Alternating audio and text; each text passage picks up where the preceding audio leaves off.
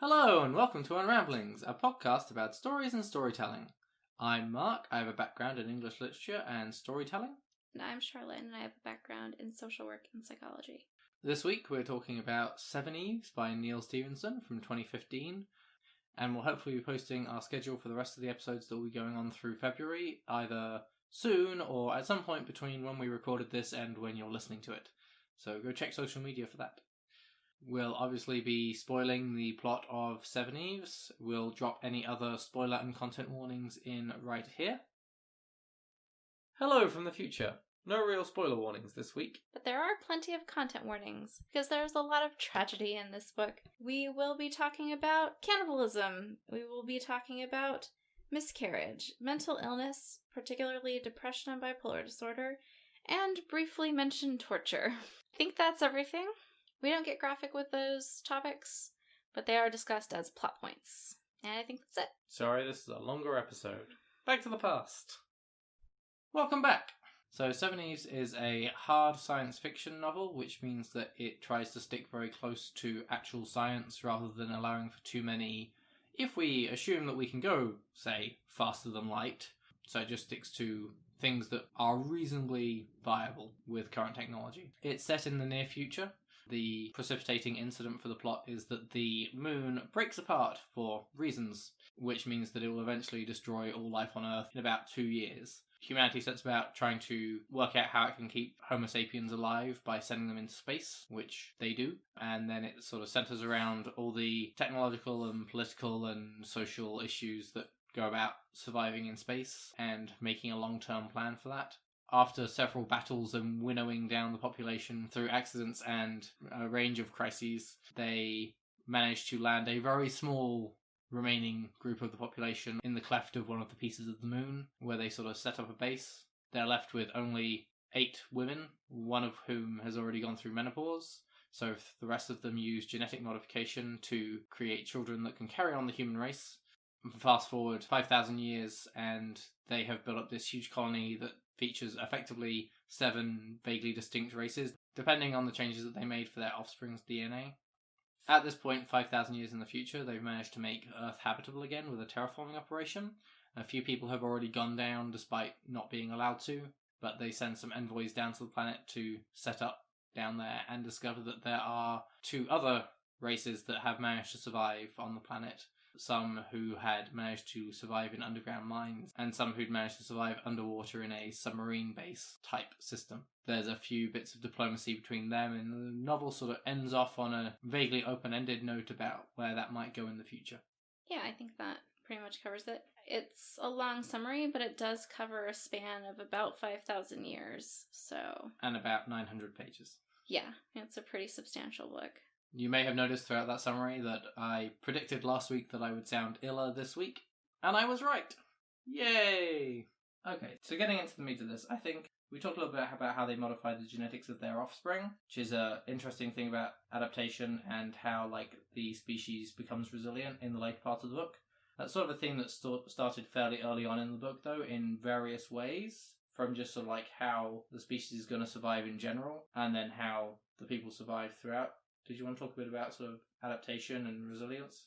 Well, I'm not quite sure what you mean in terms of what you're pointing out about the beginning. Well, the need to adapt and be resilient as a species to survive this situation in a fairly broad way. There's a recurring idea that starts being raised pretty early on that you don't want to put all your eggs in one basket. That exact phrase is used several times. Yeah. And toward the majority of the part of the book where it's almost entirely set in space, on the space station, and we're learning about all the preparations that are being made so that the space station can be a hub for humanity's survival or surviving contingent. You get hints that maybe there's a parallel effort for human survival underwater when Ivy mentions a couple of things that Cal, her fiance, who is a submarine commander. Yeah, submarine commander, in the US military, has been telling her or asking her about. And so she thinks he might be making some sort of plans in that direction. But what she's not aware of is that it looks like that was actually a concerted effort. Almost as much effort was being put into as the space arm of the survival strategy. And then, of course, you have the explicit plans of Rufus McQuarrie, which is the space station's engineer's father, who is a very well-off head of a mining company and has a whole bunch of mines in Alaska that are kind of networked. So he and a bunch of families that he knows and works with spend that 2 years prepping in much the same way. Yeah. So he's very clear about that because we get a lot of Dinah's perspective, and she says at one point that anything that she knows about what they need to survive, that she knows because of the preparations of the space station, he also knows. So it very much seems that, like, officially the whole plan was for space, but unofficially, there was also a government, a United States-based effort to live somewhere else and a independent citizen effort to survive. And that also begs the question of what other private citizens in other countries might have also been prepping, or other militaries that may have had similar ocean-based things like that. There could be other underwater outposts where other very deep waters were in the world. There could be other underground outposts in like China or India or Europe or something that we don't hear about because most of the action we get is in Alaska. Yeah. So I just thought that was interesting because they do talk about let's not put all our eggs in one basket. Like they start with the Human Genetic Archive, which is all the eggs and sperm that have been sent up for the later repopulation of the human race in like this shielded part of the ship. But even so, they're going to distribute some of it to the little mobile arklets. So if something happens to it, there'll still be, something of a backup. Of course, that ends up not working out. They end up only distributing like 3% of it to the arklets because their timeline gets moved up. And of course, before they're able to do anything else, the Human Genetic Archive does get exposed to radiation. So that sucks. But they do all these things to try and diversify their chances of survival. And then most of them don't work to the point where they get to the Seveneves, and then each of them chooses a different like survival strategy for the human race. And some of them seem to be a cooperative survival strategy. It's if my descendants have these qualities and yours have those qualities, together they will have everything that they need for a healthy and functioning society. And then some of the others had a more independent tack. They wanted their line to be entirely self-sufficient on the circumstances that they thought would be coming up. And so you just have these different principles and biases that play out in terms of what someone thinks is the best chance for human survival. Yeah, well, I mean, with that, I mean, to get a bit more into it, there's the character of Aida, who has become a pariah among the Eves because she, A, tried to kill them, and B, resorted to cannibalism, who sort of recognizes that because of her part in history, her offspring will be the pariahs among all the rest of humanity for perpetuity. Yeah.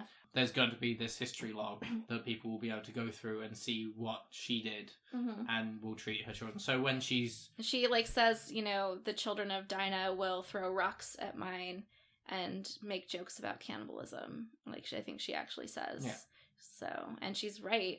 So she works to produce a range of offspring that are, instead of geared towards how can we survive as a team, altering each one to specifically counter the others' strategies.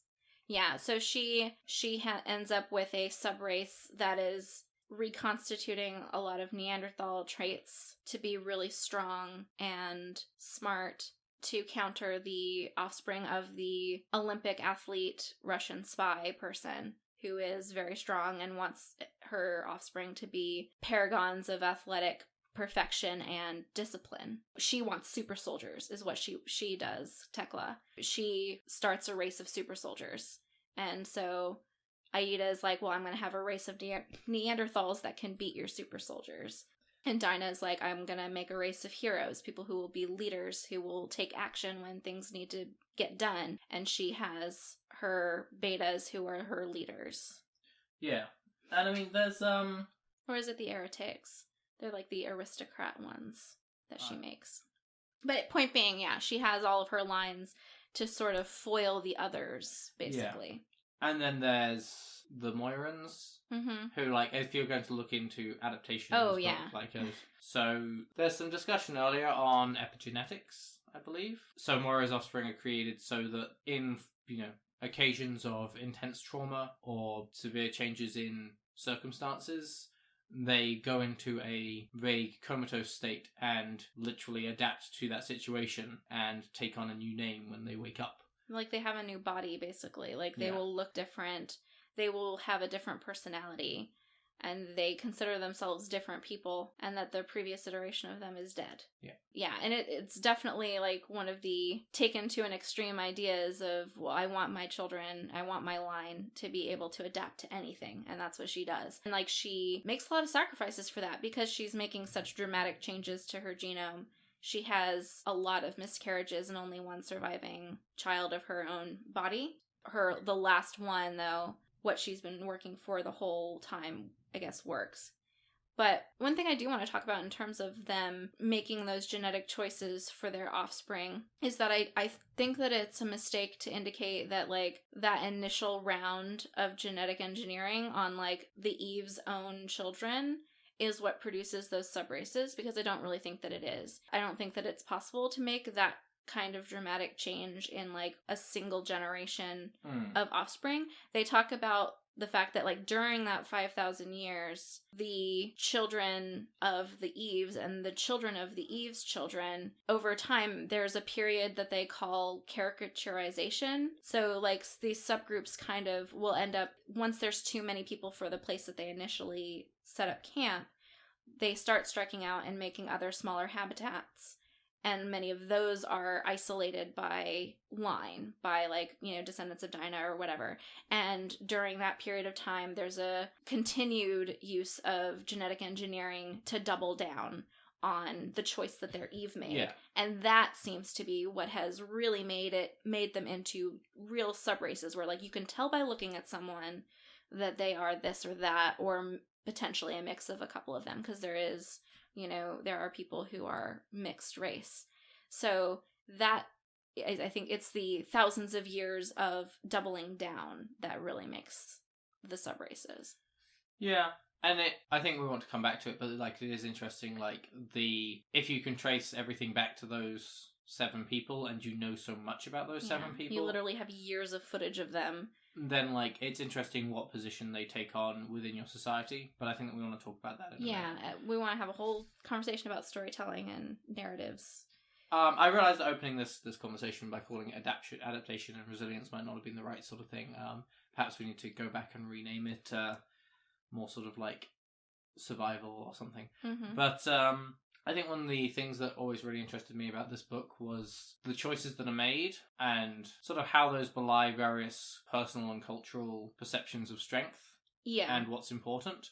And you get it twice over with first the decision when the governments of the world and the communities that don't have governments in some cases, how they decide who is going to go up onto this. Mm-hmm. The Cloud Ark, which is what they call the space mission thing. Because the effort for humans to survive in space. Yeah.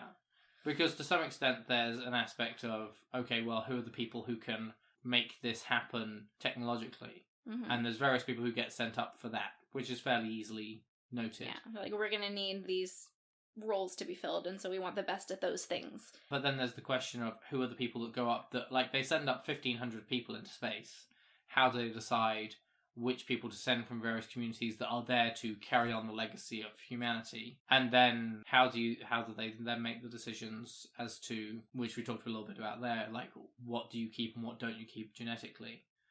So with the who goes up for the mission to succeed, I mean, there's the character of Doc Dubois, who is effectively Neil deGrasse Tyson, who gets sent up because he's sent up as a science advisor. He has the science knowledge, but he's also become this sort of pop sensation, hence Neil deGrasse Tyson, which means that he can sort of communicate it to other people very easily as well. Yeah, it's pretty explicitly recognized by him that part of the argument for bringing him up there is that a lot of the people who are organizing the Cloud Ark don't actually believe it will succeed, and that it's just a gambit to keep, the population of Earth from panicking in those intervening 2 years and becoming completely unruly. And so a big part of why he thinks that he's chosen is because he can communicate to people and sell them on the idea that the things that they're doing to ensure the best chance of the Cloud Ark are important and working and helpful, so that they'll focus on that instead of rioting, basically. So he does believe that it can work. He recognizes that there are some things that they don't seem to be taking into account, but so he decides, like, fine, I'll play along, and I'll go up there and I'll sell this to the people as the opiate of the masses that they want it to be. But really, I just want to get up there so that I can give it a better chance of working, because he has such a breadth of knowledge that he can help out with so many different things, basically. But again, that gets into more of the storytelling stuff. And I mean, there's some other people that are sent up to be able to make things run, which I think we can get into a bit more in a little bit when we want to talk more about those characters. But then, I'm hoping you can speak to this a little bit, like with the actual selection process for who goes from communities. Mm-hmm. So that is pretty interesting, because they basically have a rule that for every certain number of people, that community gets to send one boy and one girl to basically be trained in all the stuff that they would need to know for survival in space, like orbital mechanics and things like that, piloting skills, etc., as well as all the other astronomical and physics information that would be necessary for them to pilot the little craft that they are going to have to survive in, etc. So you get this giant pool of the best and brightest of Earth, or at least what their communities think is the best representation of them. And then out of those millions of people, you have only 1,500 who actually are sent up, like the best of that bunch.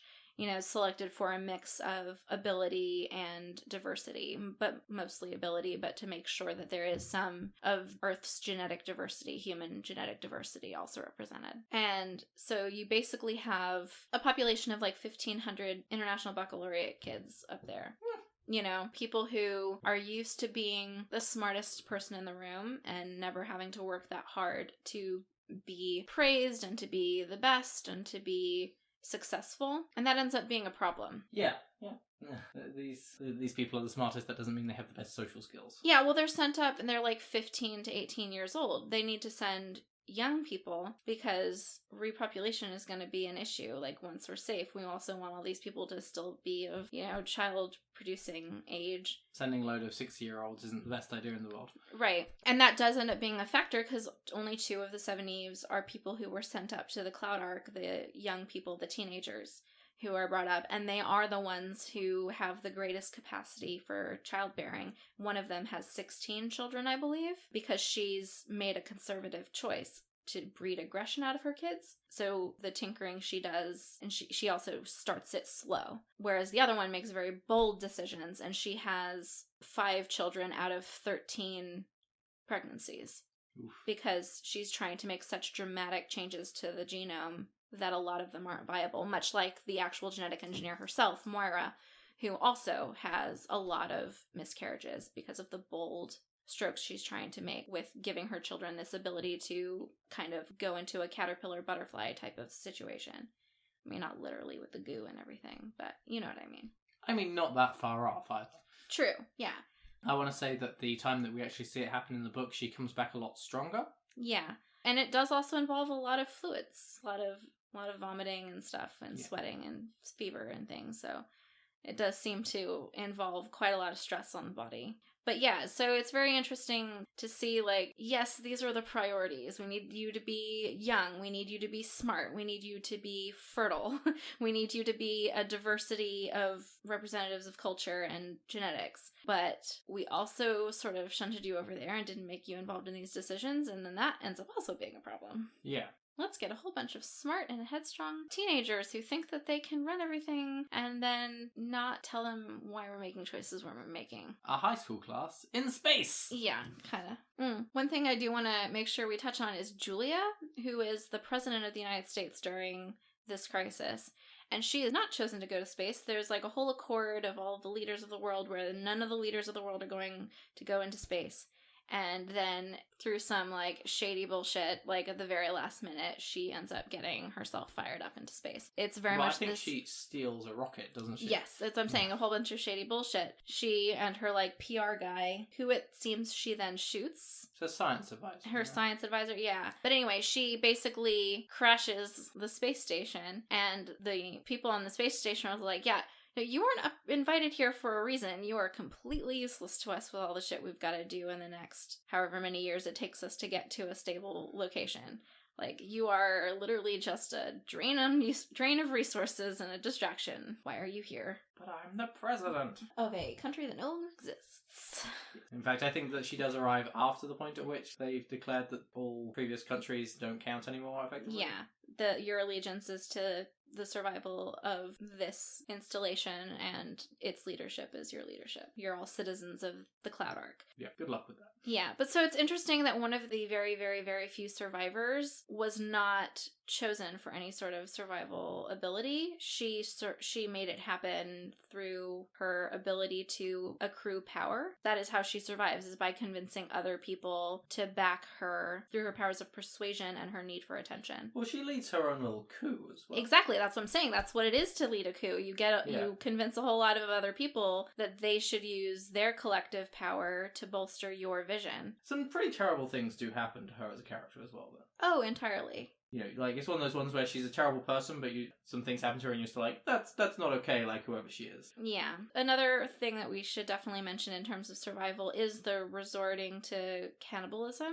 because that is a considered decision made to survive. Yes. And it's one that everyone considers doing in the space contingent, but only the Cloud Ark, the swarm that left the space station in the coup, actually does. And they start by eating dead people, and it's justified as essentially a good husbanding of resources. Like, we're not gonna jettison all of these precious proteins and micronutrients into space because they happen to be locked up in the corpses of our old friends when we're starving, because so many, and it's because a lot of their agricultural systems went bad, or like their algae was blighted and things. So they did not have enough food for all of them to survive. Do they start with dead people, or does Tav start No, they start with dead people, and then Tavistock Prowse, who is like a social media expert or whatever, is sent up shortly before the hard rain, because they figure social media is going to be really important for keeping the community together in space and all these other small distributed vehicles and vessels, etc. Yeah. He's got a blog that everyone in the Cloud Ark is reading, and videos that they're watching and stuff. And he starts it as, like, he calls it soft cannibalism, and eats his own legs because he argues you don't need legs in space. And so that kind of starts that. And eventually, when there's a coup where part of the swarm led by Aida calls bullshit on Julia's part of the swarm, which Tav is attached to, her faction, when they do eventually overtake Julia's, they eat Tavistock Prowse. And, like, yeah, that's not okay. Yeah. Did people think this was going to be a light episode? I hope not. Point being, like, when Aida and Julia get to the space station, when they realize they're swarming, they're leaving the space station and trying to make it on their own doesn't work, and Aida eventually wins, and she brings her last remnants to the space station. When they realize that they've resorted to cannibalism, because once they've come in range, they can see the logs of all of their social media stuff, and they're like, oh shit, these people are cannibals.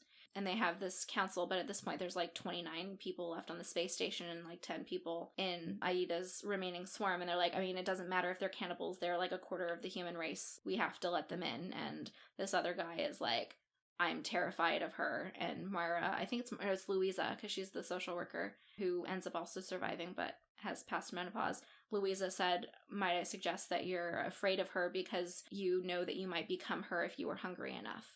Because they'd all considered cannibalism. Yeah. Before, they'd all at least considered eating the dead before this happened. And so it's very much highlighted as this thing that's like, the cannibalism doesn't make Aida a bad person. Like, at least the killing, the carrion eating, because they do call it that. Carrion eating doesn't make her a bad person. The murdering, the butchering and eating of the still alive Tavistock Prowse, and the torture of Spencer Grindstaff, the hacker that's on Julia's team, and the bolting of Julia's tongue to her face. Yeah. So she can't talk.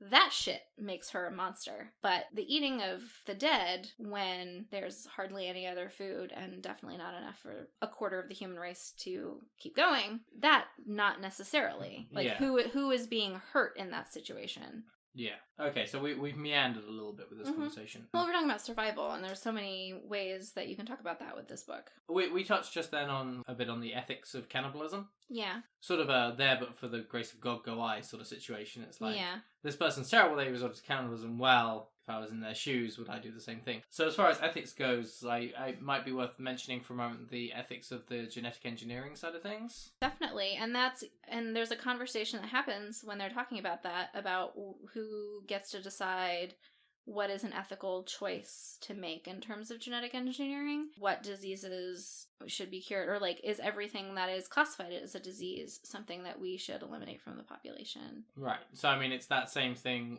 I guess that, like, if there's an ethical choices as far as who gets to go up onto the space station, right, in the first place, there's the ethical choices of what genes get passed on, and what do you get to, what do you choose to keep, what's a bug and what's a feature. Exactly. Yeah, there are a couple of great conversations about mental health in that conversation, because Moira, who's the genetic engineer, says that she will fix whatever, diseases are being carried by people. So, like, Dinah says her brother was a carrier of cystic fibrosis, and she doesn't know if she is or not. And, like, Julia's like, I know I'm a carrier of this particular breast cancer gene. And Moira's like, don't worry about it.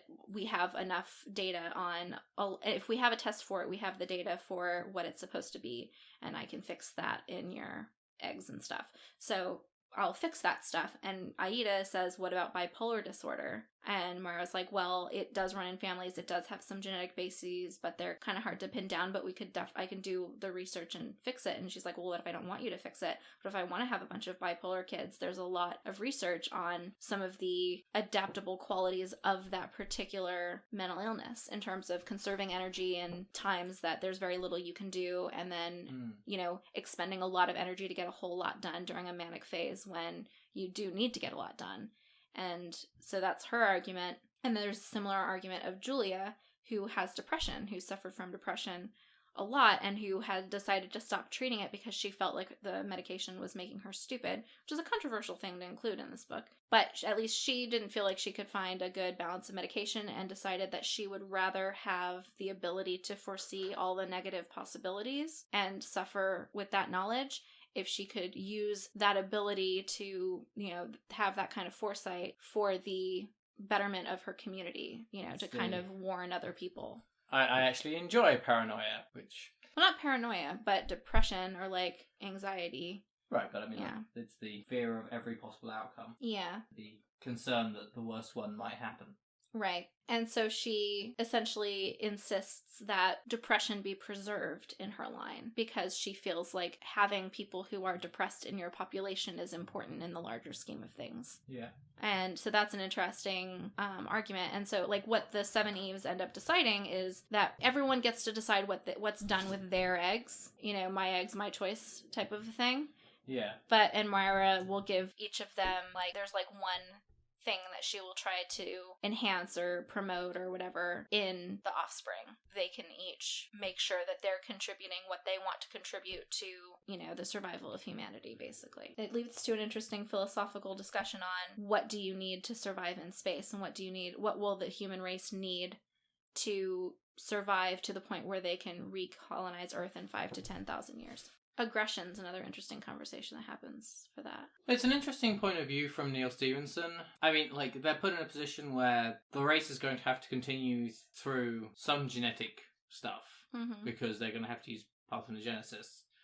But, I mean, you could make the argument that, and there are many people in the world who would, people who feel that you shouldn't do genetic engineering on human children, that, you should use enough of that technology to create an embryo, but beyond that, like, everything should continue as it is. Except that wouldn't work, because you'd end up with founder effects of a whole bunch of genetic diseases and stuff. You could use enough genetic engineering to avoid the founder effects without, say, enhancing strength or reducing aggression.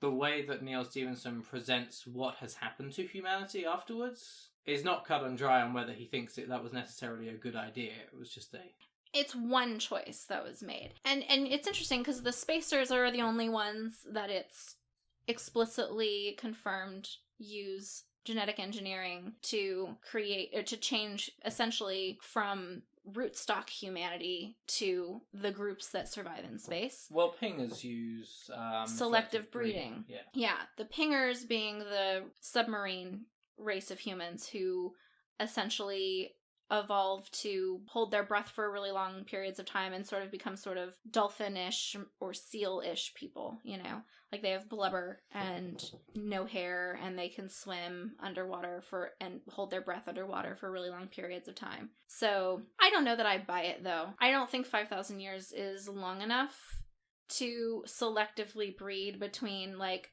me and you and a dolphin person. Yeah. I think I call bullshit. Especially, and I think that that's fair considering how difficult specific communication is with the pingers. Like, at the end of the book, a handful of spacers have talked to a couple of the pingers. And we know that in the past few hundred years, a handful of the diggers, the people who live underground in the mines, Rufus's descendants, talked to the pingers like a few times sporadically over a few hundred years.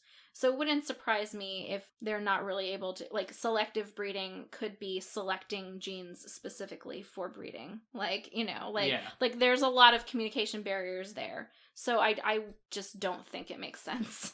No, without there being a test tube involved somewhere. Yeah. Like, you're not getting a human with blubber in 5,000 years. That's not happening. No, I mean, you might get ones with a larger lung capacity, but that's about it. Yeah, so, and, like, the genitals shielded by, like, flaps, like the sort of skin flaps that other cetaceans and things have, like, to create, like, a smooth underwater body. There's just too many changes that are too dramatic, I think. It would make sense with genetic engineering, because that's the same way you get the anime eye, tiny mouth, huge eye, Julian subspecies of the spacers. Like, that shit's part of the caricaturization, where they're selectively using genetic engineering to double down on all these decisions that they perceive their Eve to have made in terms of their idea of what was a good survival strategy. So yeah, the diggers do use selective breeding, and that's pretty clear, because the one digger that they really sort of the spacers who we follow at the end of the book really start to talk to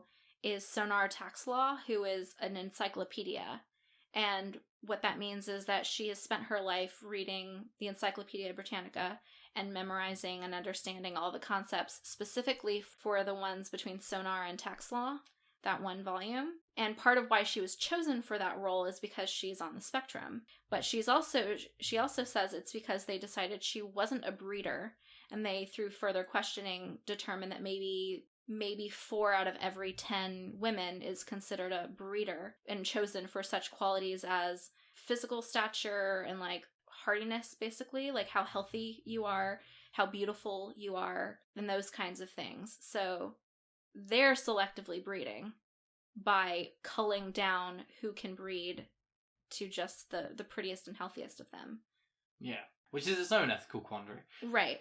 And I do find it interesting that in a culture, the diggers, that needs encyclopedias, like they need people to memorize all of this stuff because they know they're a very limited amount of paper and things like that, that you wouldn't want to breed for the spectrum, because it, her being on the spectrum is part of what helps her memorize things so effectively. Yeah. And it's, again, one of those things of, is it a bug or is it a feature? In this culture, her being on the spectrum was a feature. It helped them fill a very critical role in their society. But was also, in terms of breeding, I guess they don't want it overrepresented in the population. So they're like, but how do you do that? Like, if you find you're not getting enough kids who are good at reading really young, do you then choose a psych type person, someone who might have been a psych, to breed instead? Like, what do you do? Well, the spacers become several different subspecies. The diggers are more sort of maintaining one main strain, and then if there are offshoots, cool, we'll use them. Maybe. But we won't. I don't know. It's problematic in a way that I don't think I have the. I don't think I can discuss that properly right now. Yeah. So. But I do think it ties in to that idea of, like, is depression something that contributes something to our society? Is bipolar disorder? Is autism? There are a lot of people who argue, like, a lot of people on the autism spectrum and a lot of activists, promoting understanding of autism as a spectrum, do argue that it's not something to cure. Yeah. It's something to integrate into our society. It's something that we need to, as a society, make sure we are inclusive of. Yeah. We need to recognize the strength in neurodiversity, basically. Yeah, is being trans a mental health issue? or is it just that it doesn't fit into our culture's understanding and our culture's template? And categorizations, yeah. I think that covers all the notes I've got here for survival / adaptation / resilience. Mm-hmm. Hey guys, this is one of those warning notes again.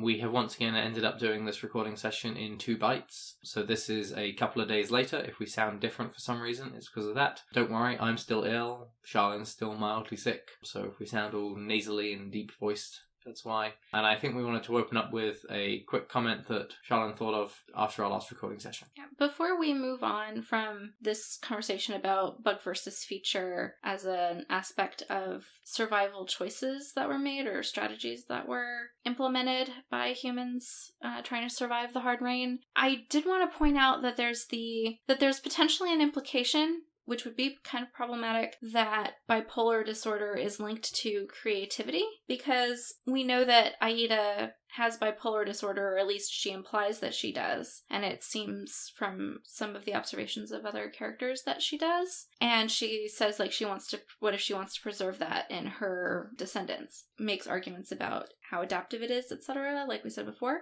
And then down the line in the 5,000 years later segment, most of the descendants of Aida, Julia, and about half of the descendants of Camilla have essentially split off into their own, like, red faction, opposed and at sort of a weird Cold War, occasionally actual war state with blue, the remaining spacers.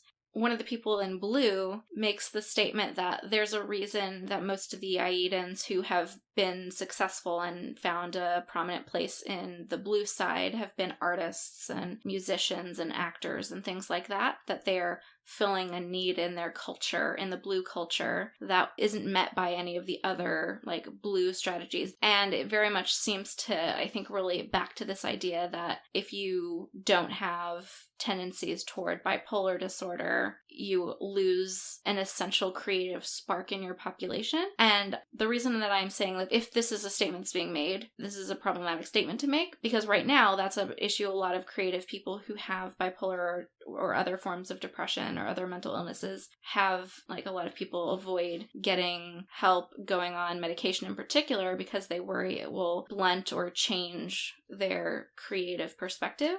Yeah, so I wanted your thoughts on that. You wanted my thoughts on that as a creative person who has issues with depression and anxiety. Who has expressed reservations about medication for that reason. I mean, I know that rationally the odds of any medication affecting my creative ability are null, that they've done studies on these things, and it's not, and there's the argument that says that, like, if your depression is bad enough that you're not creating, then surely you need to treat it so that you can at least have the energy to create. One of the things that makes me most hesitant about it, apart from the fact of just generally trying to, deal with things on my own rather than getting outside help, because that's, a toxic part of our culture that I've internalized. I've always been told that I'm very good at writing dialogue, and I sort of attribute that to my own anxiety and the fact that my internal monologue is almost always running test drills on conversations and how they're going to go before they happen with people in the real world. If I'm having anything close to a stressful conversation with someone, I've already played it out 7 times and thought of all the ways it could go. So I suspect that helps me to imagine how a conversation would go naturally within my fiction writing. So there's a little part of me that worries that medication that might help me exist better within our society might also dampen those voices that make my dialogue so good in my modesty at its best, obviously. And on some part of me knows that that's an irrational fear, and maybe I should seek treatment in that way. I wouldn't say it's an irrational fear, because I definitely have friends who are creative people who have gone on different medications, and they've had to change medications because the first ones, that they've tried they felt like blunt their creative energy, or they seemed to feel like they in general as a person were, kind of diminished by that medication. And so it's a matter of finding the right one. But a lot of those same people have also, after expressing to their doctors, the concerns that they were having, have managed to find a better treatment option that they did not feel was inhibiting them in that way. So, I can understand the concern, because it does seem to be something a lot of people, anecdotally have had experience with, but that doesn't mean there isn't an answer in terms of medical treatment for things like that. Yeah. So, like, I do definitely get it, and I can see why Neil Stephenson has included this. I mean, I know nothing about Neil Stephenson as a person, and he's very careful to make sure that nobody knows anything about Neil Stephenson as a person. He sort of eschews all social media and convention appearances and things, and just sort of like sits in a hall and writes his books, and people can enjoy them far away from him, as far as I can tell. So I don't know what he does or doesn't deal with and what his views might be on from his own personal experiences. Mm-hmm. I do see your point that potentially presenting that idea unconfronted within the work could be damaging for people who do sort of have that assumption that, well, if I treat my bipolar, then I'm not going to get to be creative. And I would argue that maybe like I have some mild anxiety issues versus someone else's bipolar isn't a great one-to-one ratio. But perhaps presenting that unconfronted without any sort of nod to either or might be damaging. Well, particularly in conjunction with Julia's assertion that, like, she tried to treat her depression with medication and it made her stupid, and she felt that it took an important skill or an important characteristic that she was able to use in service of the community away from her. Yeah. And I get, so, like, the combination of both of those things, that, like, if you treat your depression, it'll make you stupid and, you know, take your insights away from your community that could help them. And if you treat your bipolar disorder, it will, in the population, you'll have no artists. Like, there's both of those things without any other sort of balancing idea. Well, aside from, I guess, the fact that Aida is a cannibal who persuaded a bunch of people to slaughter a social media guru and eat him so that she would be well fed for her coup. And Julia's own narcissism and, like, self-importance that is presumably the same thing that drives her to feel that this element of her is worth preserving leads her to fly herself into space and lead a coup.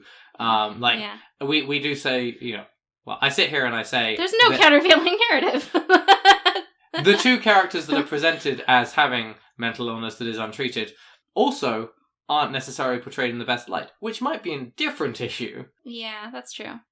I suppose the other side of that coin is there in that both of those characters, while contributing something, you know, arguably critical to a community that is arguably actually or not actually connected with their mental illness, you know, because you could definitely argue, I mean, maybe Julia is just an insightful politician with a lot of experience and her depression maybe plays part of that, but probably not all of it, etc. Same thing with Aida. You know, she's a very dramatic and persuasive person. That doesn't necessarily all come from being bipolar. You know, you have creative and persuasive people who aren't bipolar, but they are also the, like, unchecked forces who end up being a lot more aggressive and destructive in their perspectives. So. They're cast as the villains to our heroes. We have Dinah, who literally wants to go on and make a race of heroes, who is presented as one of our main protagonists, whose view of these people is not good.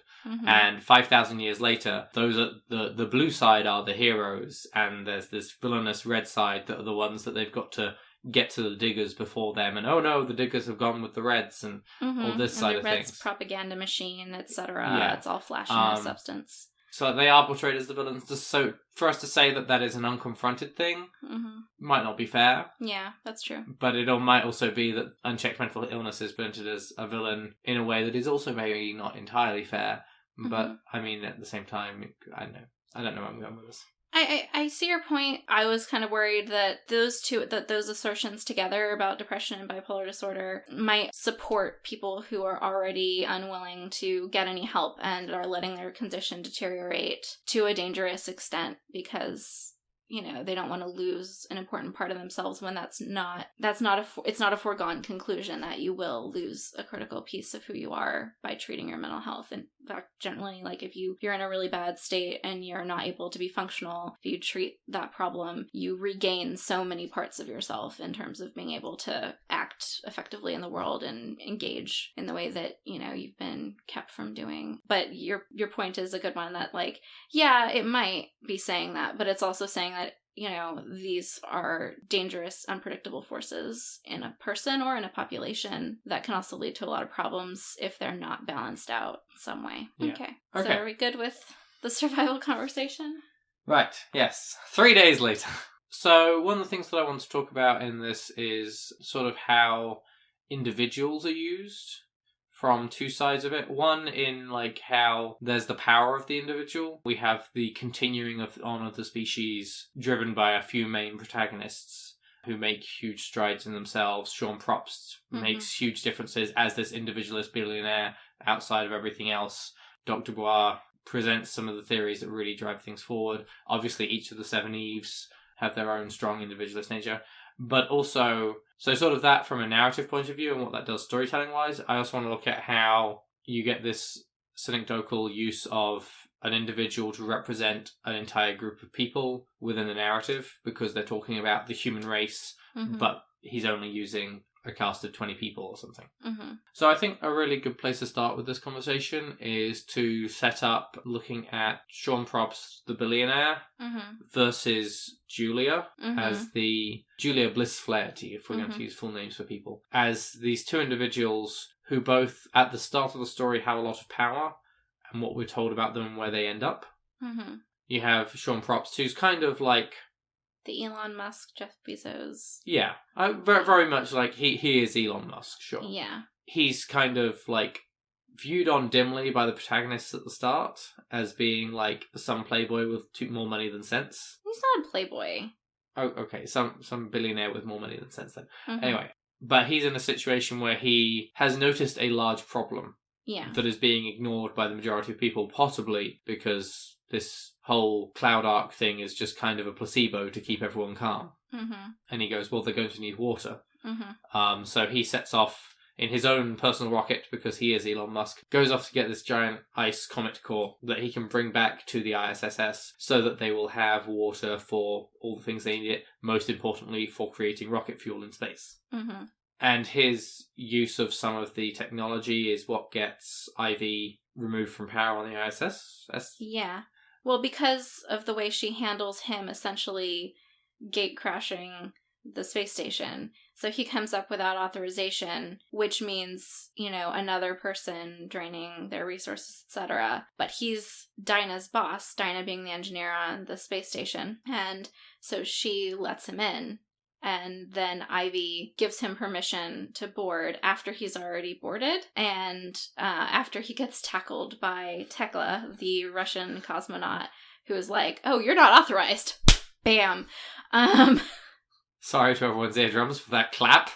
I mean, it's a pretty funny scene, but then people think that she was too soft, basically, on, him coming up without protocol and, by not detaining him, etc. Yeah. And so, that does end up weakening her status in the eyes of people who are deciding, who will be in charge now that this is a much bigger operation.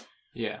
But he then goes off to get this comet in this very small crew of people and successfully manages to steer it back to ISS, dying in the process.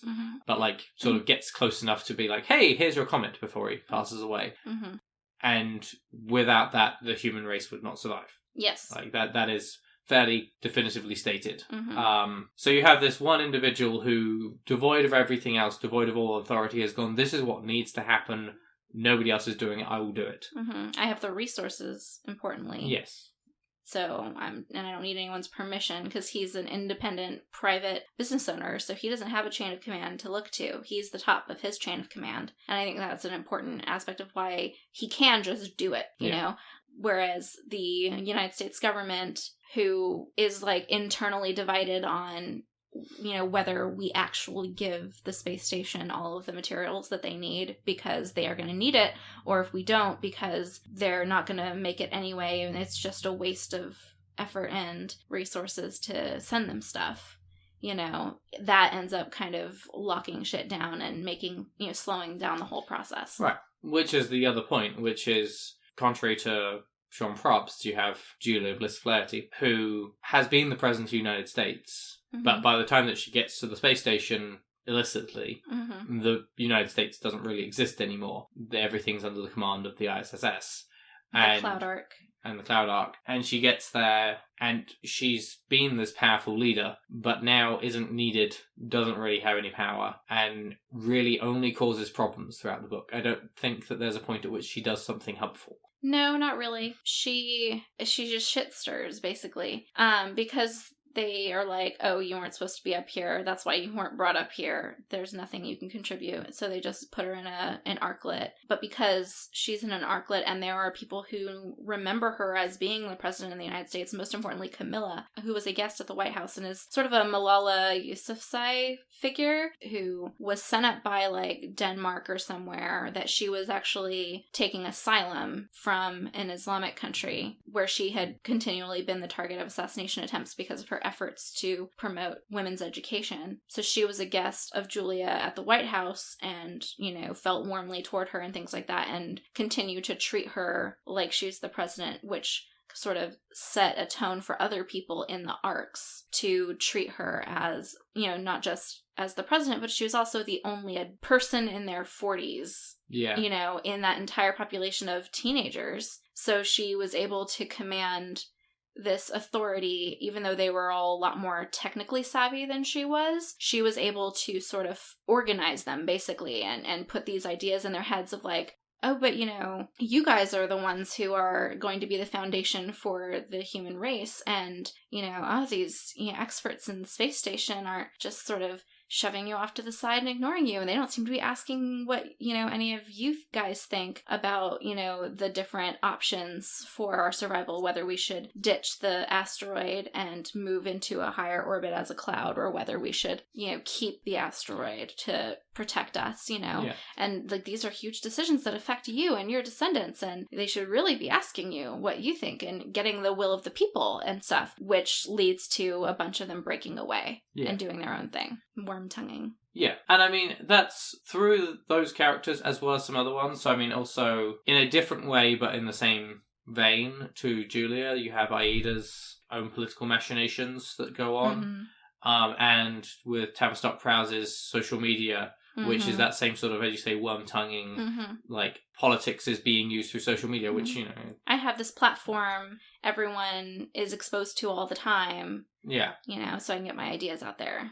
So you sort of end up with this, the two sides of it being these individuals who are behind, like, the use of language to control people and political machinations and gaining power, versus this side of people like Sean Probst, Dinah, Ivy, who are all much more on the side of pragmatism. It's, there is a problem, we will fix it. There is a problem, we will fix it. And it's why they leave open the door for people like Julia, because they're so focused on problems that we can fix that they don't spot the problem of the Archies being rallied around something, because they are ignoring the Archies, because frankly the Archies are a bunch of kids who don't know what they're doing. And they need them later.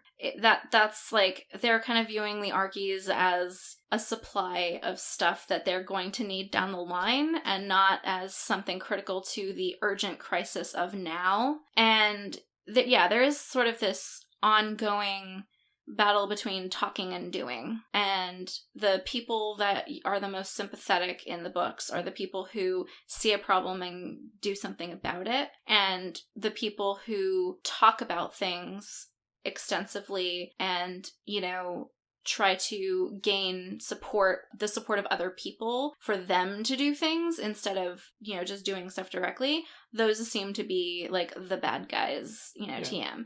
And there are some people who are good at both of those things, like Dr. Harris. He's good at communicating things to people, but also he's using his ability to communicate effectively with people and make sure everyone's on the same page so that shit gets done. And he's constantly working on present problems at the same time. So it's like his ability with diplomacy and like education. It's like the difference between politics and education. Yeah, his role and what he values is communicating and informing people, not controlling people or having power. Right. He seems to have very little interest in power. He's sort of set up as having this big social media presence and being this TV personality, but finding it mildly tiresome to some degree. He's like, I guess this is who I am, sure. But it's a persona like he talks about putting on and taking off. Yeah. And later abandoning entirely when it's no longer needed. It was a tool. Like, that kind of persuasive, educating presence was a tool to, it seems, inspire a generation of doers. It's to make people excited about science. It's to get people interested in what's going on in the world around them so that they themselves will be inspired to move forward in those directions. and get things done. We've talked about him a little bit as being Neil deGrasse Tyson. He's maybe also Bill Nye the Science Guy. Maybe he's also, especially with the movement that Bill Nye seems to be taking from having been this fun, friendly, look, science is fun, to this point where he's like, guys, the world is on fire. What are you doing? Yeah. Did you see that video? I haven't, but I heard about it. Yeah, where he literally sets a globe on fire and is. Mm-hmm. I don't know if he actually swears in it, but I think he might. Yeah, I've definitely heard about it. I have not watched it. I think he might have been part of our last week tonight. I don't know. We'll link to it in the show notes. Yeah. Charlene will link to it in the show notes. Thanks. Yeah, there's definitely this idea that, you can't get anything done unless you actually just go and do it, but also that it's a big mistake to ignore, the political side of things and the way that things get spun. If you're not paying attention, that shit's gonna bite you in the ass, because that happens several times. But I don't know that it's set up as you need to pay attention to this stuff, so much as it's set up as it's a problem that people do this stuff. Because in the 5,000 Years Later section, they do come together at the end with we're going to form the first 9, we're all going to work together kind of thing. Mm-hmm. But the split that you see within the Habitat ring is between those two sides. It's the blue hero type people who are going to go and get things done, and then you have the Aidans and the Julians, who are very much, we just talked about, being those political machination people, and then the Kamites are kind of split between the two, because there's the side of things where they've got drawn into that political role with Julia and has been that supporter, but that still comes from that heart of that activism that she did when she was younger. Well, it's interesting because Camilla actually hates Julia by the end of their, because at the point that Julia and the Swarm split off, Camilla realizes, oh, you're a terrible person and you've just been manipulating all of us and you don't care who gets hurt, because Julia shoots Tekla in that, initial exit. She tries to, doesn't she? She does shoot her. I think she gets hit in the chest or something. She does get injured. Wounded rather than killed. Yeah, she gets wounded, and Camilla also gets wounded because she tries to block Julia's gun, and her shawl catches fire and burns her arm. Really badly. So she realizes, oh, Julia doesn't care who she hurts in the pursuit of ascending to power, basically, and hates that she was a part of that. And when Julia initially leaves, Camilla outright says, I hate her. Yeah. So that's interesting because there's this historical fallout between Julia and Camilla that you see a lot of those personal relationship dynamics playing out in the sub-races. So I doubt that it's that, Kamites really like Julians. No. It just seems that because Camilla wanted her descendants to be non-aggressive and to thrive in living in constrained spaces, doing potentially repetitive and menial things. She wanted her people to be able to just kind of be okay in whatever circumstance, put their head down, get whatever they need to get done, and not make waves. And so they are fine in either blue or red. You want to have this propaganda machine going, spinning a story all the time, whatever, that's fine. I got shit to do. I'm going to do my job. I'm going to help people. I'm going to take care of other people. I'm going to do the things that other people don't necessarily want to do, but have to happen for us to have a civilization. And the same thing with blue. You need nurses, you need care workers, you need nursery staff, you need all these people, and that's fine. We'll do that stuff. So it doesn't seem to matter whether they're bathed in, exaltation of science or exaltation of our greatness as the Reds. Yeah. But I do see what you mean about this implication that its politics is a nuisance and it just interferes with people making advances and being great. Yeah. I think it's interesting that social media seems to get lumped in with the politics. The book was written, I think, between 2013 and 2015. And, I mean, we were all aware that social media was a thing and it was starting to be used more politically. But it wasn't really until we hit 2016 that we were like, oh, it's being used politically and it is a big driving force in this stuff. And it's a propaganda machine. It's the propaganda machine the likes of which our civilization hadn't seen. Yeah. And it can be manipulated. Right. And I feel like Neil Stephenson managed to get in under the wire on foreseeing that one being an issue. I definitely agree to that. I do like his occasional the what's the term for it? The avoiding using the brand names of things with Spacebook and what's the Skype one? Is it just Scape? It's Scape. Scape. Yeah. It's pretty fun. There's also similar to this, individuals just doing things having a huge impact. There's a line very late in the 5,000 years later part where one of the Dynans says, fighting isn't about knowing how, it's about deciding to. And I think that's tied up in that same sort of concept of, like, doing versus talking about it. Like, if you're trying to get a consensus or you're trying to do a lot of research, like, you might miss your window of opportunity. Like, there's an extent to which nothing gets done unless you just decide that you're going to do it and do it. Yeah, which I think, like, a couple of the other people that I've got notes down for wanting to speak about as sort of individuals with power. And again, they're that sort of, like, they're separate. Well, it's an interesting dichotomy because you've got Rufus, Dinah's father, who's the miner who sort of births the digger movement, as it were, where he and his family are just like, okay, this is going to happen, we may as well try and make a break for it. We've got all this know-how of technology, we've got independent wealth. Our daughter is part of a self-sustaining, sustaining the human race in space thing, so she can tell us any parts we're missing. Yeah.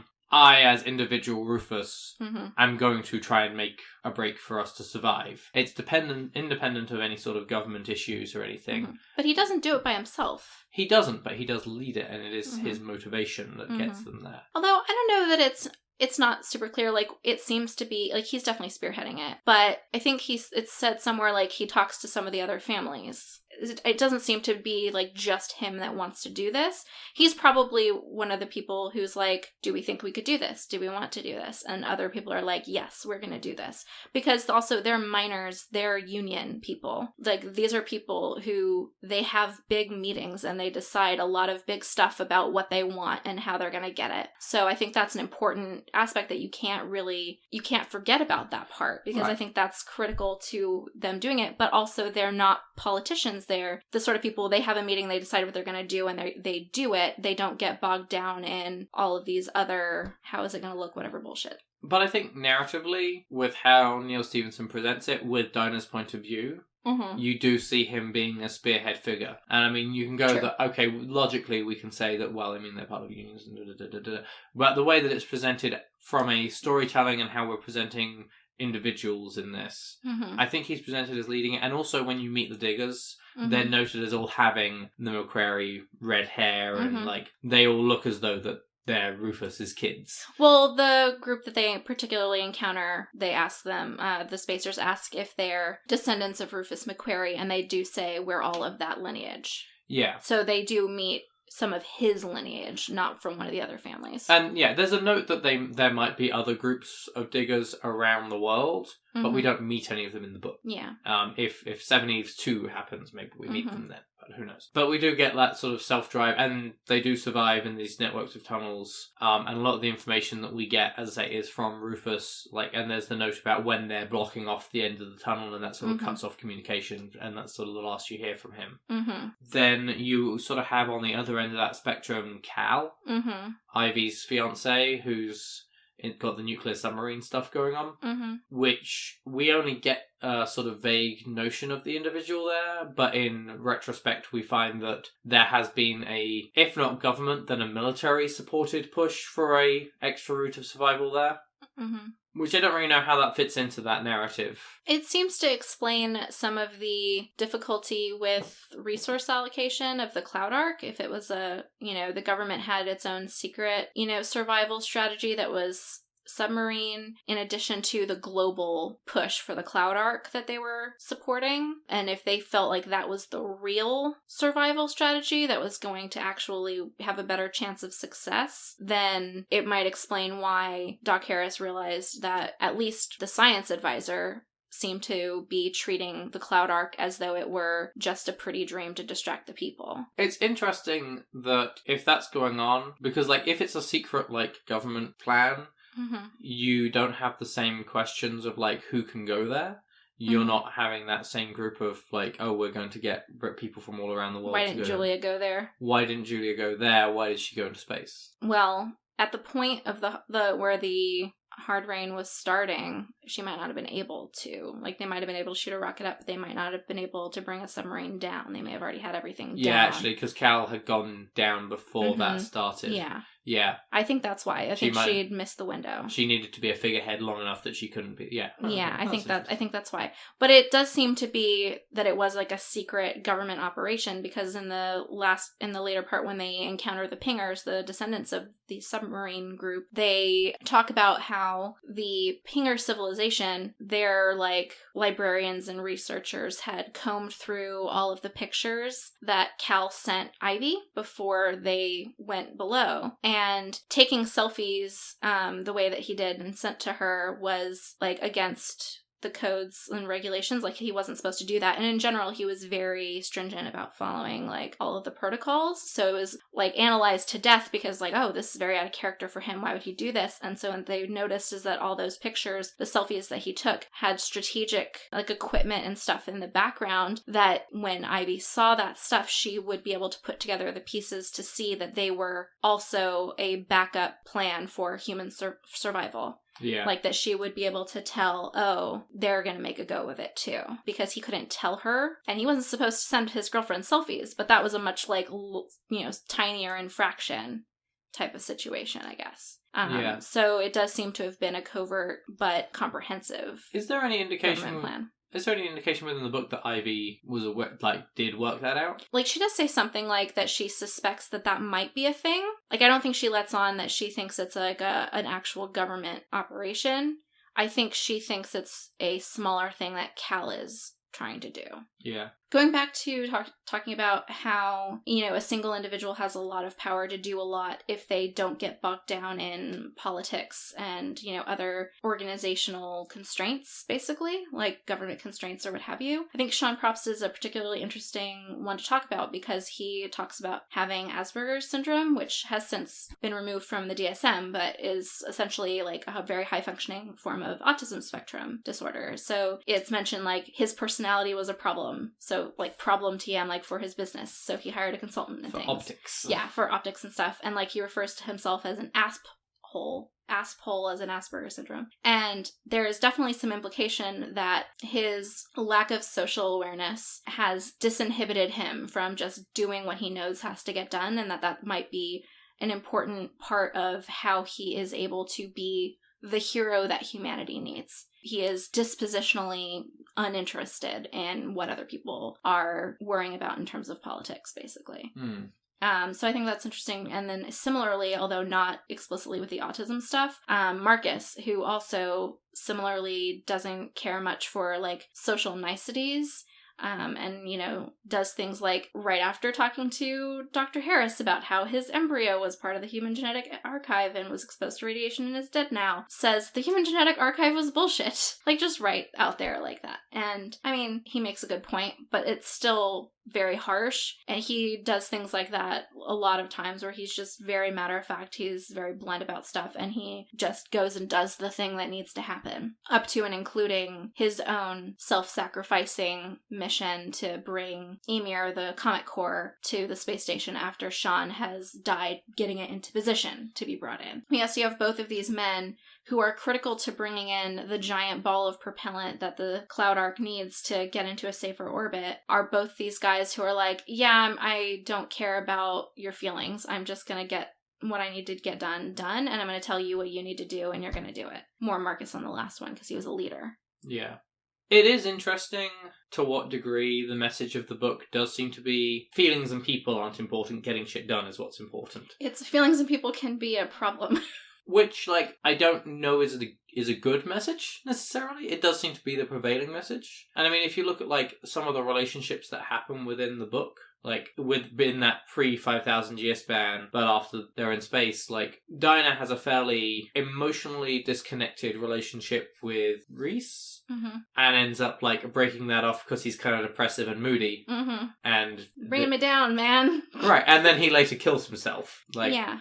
But you also then not related to being dumped by Dinah, but yeah. But you do also see how important, she respected him as an engineer, and he was important for inspiring her for a lot of the things that she did later. And you see that his name is a legacy name in the Dynan line, and so you see that relationship was important to her, though. Right. For a lot of the oh, you're such a good engineer, you're so useful, and the sex is okay. Yeah. As far as, like, a tool of use, okay, the tool was not the best word. Okay. But pragmatically, you're useful, you're smart, intelligent, this is great. But you've got all these emotions, man. And then as far as, like, other... Like, there's not a lot of relationships that seem to take place. I believe... There's Mara and Tekla, who seem to have a very, like, loving relationship. Yeah, there is that. And then there's Ivy and Marcus. No, there's Dinah and Marcus. Is it Dinah and Marcus? Mm-hmm. Dinah just gets everywhere. Well, that ends up being, like, the racist stereotype is that Dinahs are slutty. Really? I mean, it's kind of hinted at subtly. There's a point when, like, the Dynan member of the seven that they put together to meet the Diggers and then to meet the Pingers is Ty, who's a bartender from a family of people who colonized Earth before they were supposed to. Yeah. And when he meets the Neoander, one of the Aedans, who's going to be the Aedan in the Seven, he makes a joke about cannibalism that he knows is like, and it's in the text, is like, this is either going to start a fight or it will make us friends. Yeah. And he's just taking that conversational gamble just immediately, just right there. And the Neoander laughs. And then later they are talking about, because both of their families are people who went to the surface before they were really supposed to be colonizing it. And so they're talking about trading among other communities there. And the Neoander's like, oh, what did you trade? What did you give them? Your women? Which is a joke about Dynan, potentially Dynan women specifically, maybe just Dynans in general, being slutty. Right. This is like Moirans sleep all the time. Neoanders or Aedans are cannibals. Julians are paranoid and crazy. I don't think there is a stereotype about Kamites that comes up. It's interesting that you get these stereotypes that are based on one person's actions. Well, it's interesting that you go from this position early on in the book where, as I say, like, I think that a lot of the individuals are representative of larger groups, and you sort of, like, we'll get into it in a minute, but, like, the fact that, like, there's representatives from a lot of different nations, so, like, Rhys is the one British person in the story, I think. You do get a lot of characters who, like, a lot of nations are represented within characters in the story. I mean, obviously we don't get a named character from every country, because that wouldn't necessarily be feasible. But I don't think that there's a lot of characters who are from the same nation. Except on the space station, there are a lot of Americans and a lot of Russians. That makes sense. Because there were a lot of Americans and a lot of Russians at the time of the crisis, and you couldn't really bring people down, you really just added people mostly. And then I think that within the Americans, there's a lot of people of different heritage. Ivy Zhao, or whatever it is. Ivy is a Chinese American. Yeah. Yeah, and that is particularly interesting in light of how the absence of an individual to represent a place ends up being a huge factor, like, during the crisis point of, the hard rain starting. Because it turns out that nobody in the Cloud Arc is from Venezuela, even though they sent a lot of people to, the large pool of training grounds or whatever. And part of that is statistics, but part of it is they talk about the fact that, and this kind of relates back to our conversation about survival strategies, while every community was entitled to send one boy and one girl for consideration, every community of a certain size, most communities didn't have that be like an actual random luck of the draw, everyone's entered within an age or whatever age span, and whoever comes up in the lottery goes. Most places didn't do that, but Venezuela did. And most of the other places had like criteria and category, like there was some selection process of like, we are going to send our smartest, our best, our brightest, the people who most exemplify our culture, whatever their perspective was, but they were looking for talent, whereas Venezuela literally did just like send whoever was lucky, basically. And so that's part of the argument, is like, well, they had a poorer chance of having any of their candidates be like the best of the best because they didn't choose for particular qualities that would be necessary for survival in space. They played by the rules. How dare they? Well, they weren't specific rules. The rules were you can send 2 for every however many people, but how you decide that is up to you. And a bunch of particularly conservative Islamic communities didn't send any women because they wouldn't send any women unless they could be assured that they would be living within particular cultural constraints, which couldn't be guaranteed on a space station. So no. And then, so they didn't. And that was actually part of why Camilla was sent by Denmark or wherever, because as a protest to make sure that someone from those communities was represented in space, which I felt was very generous of that community, because I'm sure they didn't get to send a lot. There's not a whole lot of Denmark. To be like, nope, you know what? We want to make sure that some of the most conservative communities of the Middle East are represented up there, which is kind of awesome. Also, some of what we think is the best that they've made. But yeah, so Venezuela riots, and they are also right around the launching pad for a lot of the last materials. So they end up impeding the sending of the last supplies. And so the United States nukes Venezuela to protect the launch pad. And that is a whole thing right before the crisis. And everyone's like, I mean, this is a whole thing, but also in span of like the entire Earth being annihilated like tomorrow, we're at the point where nuclear war is not a big deal. I mean, it's a big deal. It's more like it feels like it should be a big deal, but it's not in the grand scheme of things. To be fair, if we were to look forward within the recolonization of Earth, 5,000 years later, Venezuela is still covered in nuclear fallout. Because the half-life of uranium is thousands of years. Yeah. Isn't it? Maybe. I'd have to look that up. Order. I seem to remember that, like, it's a big deal for a long time. So, like, I think it would still be an issue. But yeah, but that's interesting in that, you know, not only is there one person to represent an entire culture of people, but also there's at least one nation whose culture isn't represented, and they end up kind of trying to fuck it up for everyone else. They're like, we didn't get anyone up there, so we're not going to let you launch other stuff, despite the fact that the launching of the stuff is what makes it possible for everyone who does go up there to... Ultimate fuck you guys. Yeah, so it's like, well, if we can't come, then we're going to take you all down. And somebody on the space station is like, I mean, we probably could have made room for at least one, like, Venezuelan person to be sent up. And at that point, someone's like, yeah, I mean, at this point, it's too late, though. Like, you know, we're at the point where, well, also, it's a negotiating with terrorists type of thing, and also, we don't have time for that anymore. Like, if they had made this a thing before now, maybe we could have, you know, shoehorned someone else in. Yeah. But now it's too late.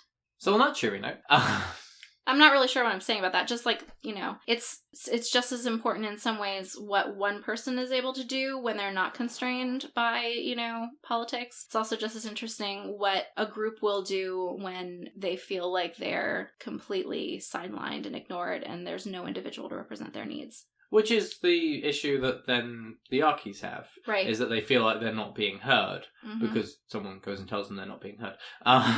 Which is interesting because they do, like, when initially the Archies are upset about not having any real idea of what's going on the space station and any real interaction with the people on the space station, they start rotating, like, 10% of the Arklet population onto the space station, and then they go back and stuff so that everyone has a chance to be on the space station, which is a little bit more room and like slightly nicer conditions, and also then they'd know the other people who are trying to get them to survive and things. And they talk about how, like, oh yeah, when you're up on the space station out of the arcs, their perspectives, you know, make so much sense, but then when you go back it starts to look like bullshit again.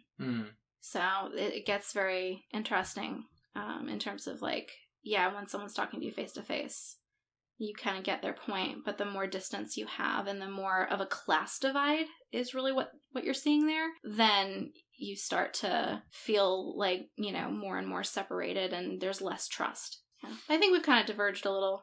Should we move on to another topic? Yeah. Okay, so I think we're sort of done with the talking about story element of this, and we need to do our talking about storytelling. Sure. So I think one of the first things that we should touch on is the extensive use of foreshadowing within the book. Oh yeah, that's definitely a thing. It starts out pretty early, within the first few pages, like when the moon breaks apart, which is what the story literally opens with. It breaks into 7 distinct pieces, which is a nice little nod to where the story's going. And it was also like the moon breaks apart and it's these 7 lumps with all this dust around it, and slowly it coalesces down to these 7 bits as the gravitational pull pulls all the dust into the lumps, or it comes down in little bits and pieces. So you again end up with this large mass that gets winnowed down to 7 things in the end. And similarly, when you first meet Dinah and she's looking at all of her robots and things, there's this whole little conversation about how, they're running around on the asteroid and the ones that are nearer to the ship get all the updates that she's making, but the ones that are further away tend to miss out on the updates. So you end up with this natural selection of robots where some are progressing in certain ways and other ones aren't. And in the same part, the book also covers the different categories of robots that she has. She has effectively several sub-races of robots, which continue to get upgraded and improved and condensed down to be more and more effective at the things that they're designed to do, which is very much the same thing that happens to human beings when they divide into sub-races that are then, sub-races descended from the Eves who then get successively caricaturized to be more and more the thing that they are designed to be. Of course, there's also the super obvious thing about the black-footed ferret. Oh, yeah. Moira, who is the geneticist who goes up to the space station, is chosen for her work with black-footed ferrets of essentially reconstituting a healthy population out of a surviving 7 individuals, which is, of course, very on the nose. And at that point, though, they're like, oh, I'm not going to have anything to do with genetic engineering with humans. They want me up here to essentially create and diversify plant and animal life for our survival in space, basically, for the algae colonies and eventually other vegetables and stuff, to keep that stuff healthy and from being subject to a blight or something like that, I guess. So there's I was chosen because I was able to take 7 breeding adults and turn them into a species. But I'm not going to be doing that. I'm just going to be working with algae and stuff. Honest, I'm not. Yeah, and so it's and then ignore this Chekhov's gun. Right, and then they also, similarly, when she, there's so many different times when the Human Genetic Archive is referenced, and it's talking about how it's in this very protected part of the ship, and it's totally safe, and nothing's gonna happen to it, and that's why we have this thing, it's okay. Yeah.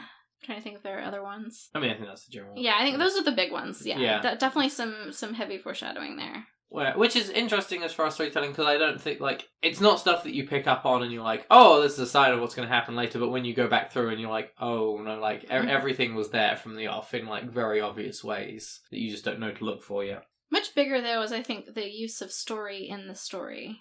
Yeah, so you mentioned a couple of times the caricaturization of the species, or the sub-races. Mm-hmm. And I was thinking that, I'm not sure how much I buy it, that, that would all happen, that you get these people who did hold these very distinct beliefs and that did have extreme versions of these qualities, because over 5,000 years, you would expect a certain amount of mutation, which might cause divergence. Mm-hmm. That's a possibility that we can explain away a little bit, with, there is genetic engineering going on, so we don't know specifically how they're reproducing 5,000 years on. And also what level of, inbreeding to increase that characterization might be happening despite any mutations. But also within the personalities of the individuals, you have this sort of history movie that's presented, which... the way that the epic is just everywhere in the spacers, lives. And when I say the epic, so they, in the 5,000 years later part, they refer to, all the footage and documentation from the breakup of the moon through to the survival of the Seveneves and their initial descendants in a fragment of the moon's core called Cleft. All of that stuff was recorded, and so apparently the population that has come from that are just watching footage of these 7 people and the other people who were before they died, like Sean Probst and whatever, Marcus. And so they're just constantly watching these movies, constantly reading these logs and these diaries and all of that stuff, and just treating it like a sacred text, basically, and looking for meaning about, who they are as descendants of one particular Eve or another, and, what values they should be, what values they were made to carry on in the population, because there's the Council of 7 Eves where they all decide, each Eve gets to do what she wants with her eggs, and several of them make explicit statements about what they're gonna do with their offspring. So when you're constantly, you're raised watching this, these heroics, these choices, these judgments of other people that other people are descended from, I think it just sort of permeates your life. Yeah. It's hard to even really imagine it, but like, I really think the sacred text thing is the closest, like, analogy. It's like if you were raised in a community very sheltered where everything's structured to the Bible, and I think there are communities like this, because the whole idea is that we're all descended from Adam or whatever in that particular faith tradition. If you're constantly looking to these biblical figures for guidance and inspiration and confirmation of what you need to be doing with your life, like, it becomes inescapable, I think. Yeah, and I think that it does a lot to explain the Kemites, because there's going to be various media within there about her and Julia from before meeting at the White House being friends, and then you're going to have that media later where she's diverged from Julia. So you get this split of the Kemites sort of being okay either way, and I guess there's an extent to which it's whether you're looking at the Old Testament or the New Testament. Yeah, I could see that. And then similarly, there's definitely the inspiration of, like, editorializing and the different ways you can look at the same thing, because there's the Neoanders, the Neanderthal-inspired subrace of Aedans, and they were built to be really strong and, like, sort of a counter to Tekla's super soldiery people. But there's, like, it's discussed, there are different perspectives within the Neoander community of who they are. There are some who really lean into this, we're, these strong, brutal fighters, etc., great at grappling and all this. And then there are others who are, like, looking at all of the research about Neanderthal culture and the way that they buried their dead with flowers, and, that there's evidence of very sentimental cultural traditions among Neanderthals, the cave paintings and things like that. And they're like, no, we're not just these brutes, Neanderthals have larger brains for their body size than Homo sapiens and things like that. It's like, no, we're these smart, sensitive, artistic, creative people who are also very strong and capable, but we're big softies, basically, So there's, like, this divergence within that own community. It's like, yeah, you think we're these monstrous cannibal people, but we're actually very gentle giants. Yeah. I mean, like, similarly, you have some of the stereotype stuff that sort of keeps the races divided. There's, like, the different perspectives on the Teklans, that, like, they're these disciplined protectors that are necessary, or they're what Hitler would have made if he'd had access to a genetics lab, So it's like being able to mine the human historical records for basically support of whatever your argument is definitely a factor at different points in the book. A similar thing sort of happens with the diggers. You find out that in the last few hundred years since the atmosphere had started to be breathable, the diggers were able to expand their underground tunnels because they were able to have a hole for spoil, but there wasn't any food yet. So they have this expanding population and they still can't go anywhere. But then there's food because the spacers have been terraforming. And so they start sending scouting parties out to go and get, like, clams and things. And so you start getting a problem of more people, like, trying to kind of go rogue and live on the surface of the planet. And it makes it harder for the diggers, like, hierarchical leadership to kind of keep a rein on everyone and not go their own way. And a big part of how they asserted control over their people and, like, appealed to their sense of, like, collective identity was by othering the spacers and promoting this narrative of they're cowards who ran away and left us to die on this planet. Yeah. And how important that narrative is to keeping their people in check, to keeping people from breeding when they're not permitted to, basically. The other thing that they do being forced sterilization, which is also a whole thing. Without anesthetic. Yay! Sounds horrible for the 6 out of 10 women who are not breeders in the digger population. Yeah. Unclear as to whether men have to deal with that, even though it's a much simpler operation.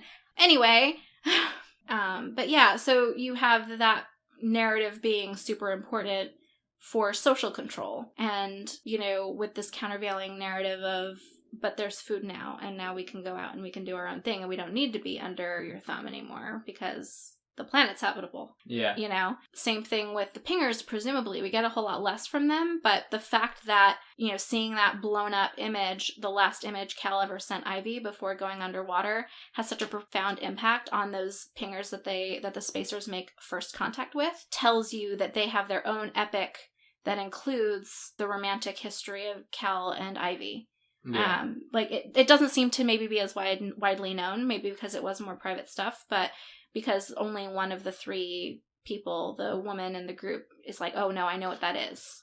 That's the picture Cal sent of his wedding ring around the last, like, sunset he saw or something like that. But it shows you that they have a similar sort of organizing narrative of how they survived and, you know, what role other humans played in that. Yeah. So. Engagement ring. Yes, engagement ring. Did I say wedding ring? Oh, yes, engagement ring.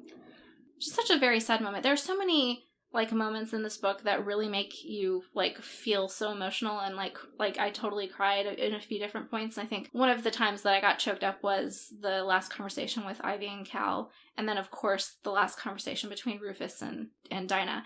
And that brings me back to what we were talking about, stories within the stories. The lack of something being set down as part of the narrative to get passed on, I think, is also just as important, because it doesn't seem like the Morse code transmissions between Dinah and Rufus don't seem to be a part of the epic that everyone understands or can easily understand. Are they included in any way? Because they wouldn't be naturally. I suppose there's cameras. If there's cameras and if there's audio, then of Dinah's, like, workspace, then there is, but most people in the spacer community don't learn Morse code. It looks like only the Dinans learn Morse code. Because they talk about, like, each subrace has their own traditions, you know, cultural traditions that they pass on, and young Dinans learn Morse code. Young Teclans learn wrestling, like a Sambo type martial arts. So, and Julians do debates, etc. Yeah. So you also have this community of spacers who don't necessarily know that much about Rufus's preparations. Like, a few of them do, and they did look for the diggers, but it doesn't seem to be a thing that everyone's thinking about. And similarly, the diggers, they have no record.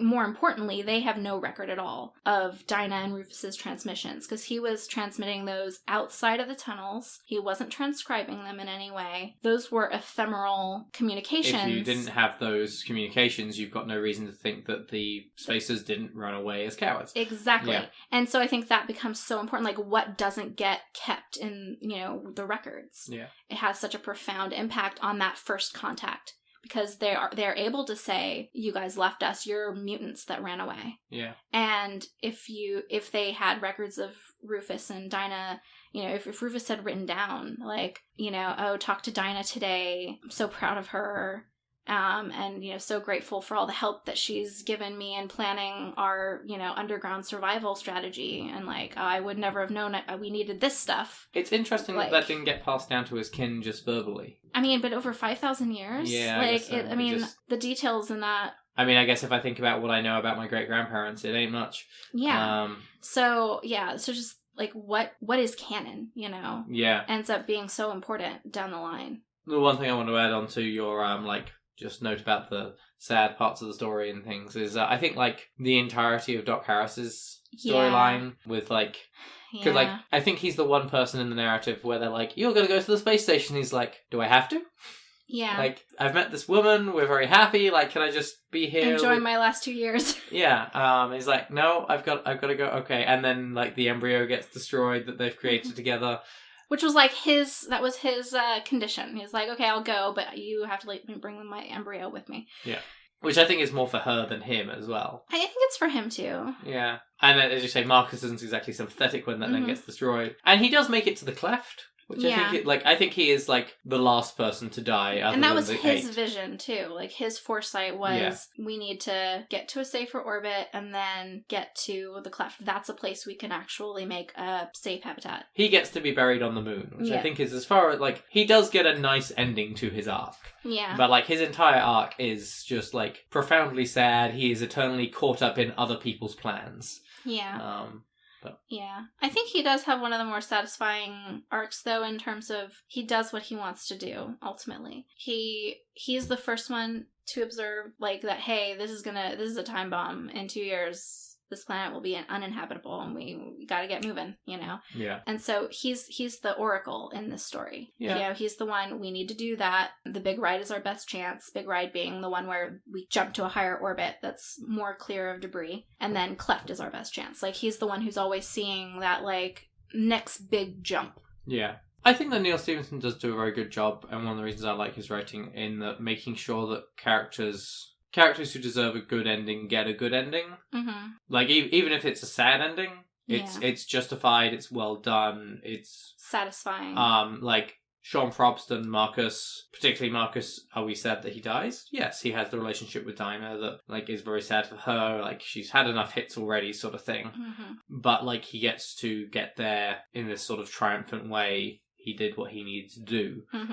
I mean, it's the lack of things like that stop me watching shows like The Walking Dead anymore, where you're killing off people for the sake of killing off people. It's not justified to the character. And anyway, well, and in that similar vein, and like, it's a character who's not super well developed, but Jiro, the nuclear engineer who goes on that very small mission with Dinah, Marcus, and Vyacheslav to retrieve the Emir expedition and the Comet Corps. Right, yes. And Dinah's the only survivor of that mission. Like, but Jiro spends several hours knowing that what he's going to have to do is he's going to have to go down into the reactor and he's never coming out so that they can actually move forward. And so he spends several hours teaching Dinah how to do his part of what has to happen to get them to the space station. And Dinah at first doesn't realize that this is a weird or out of character for him because she's spent her life around grown men who knew how to do technical stuff, and when they were bored and there wasn't anything else exciting to do, they would teach her how to do technical stuff. But Jiro's like a very like reserved guy and like just does his stuff. So she didn't realize until later, until some of the words he's using where he's like, you will do this thing, and then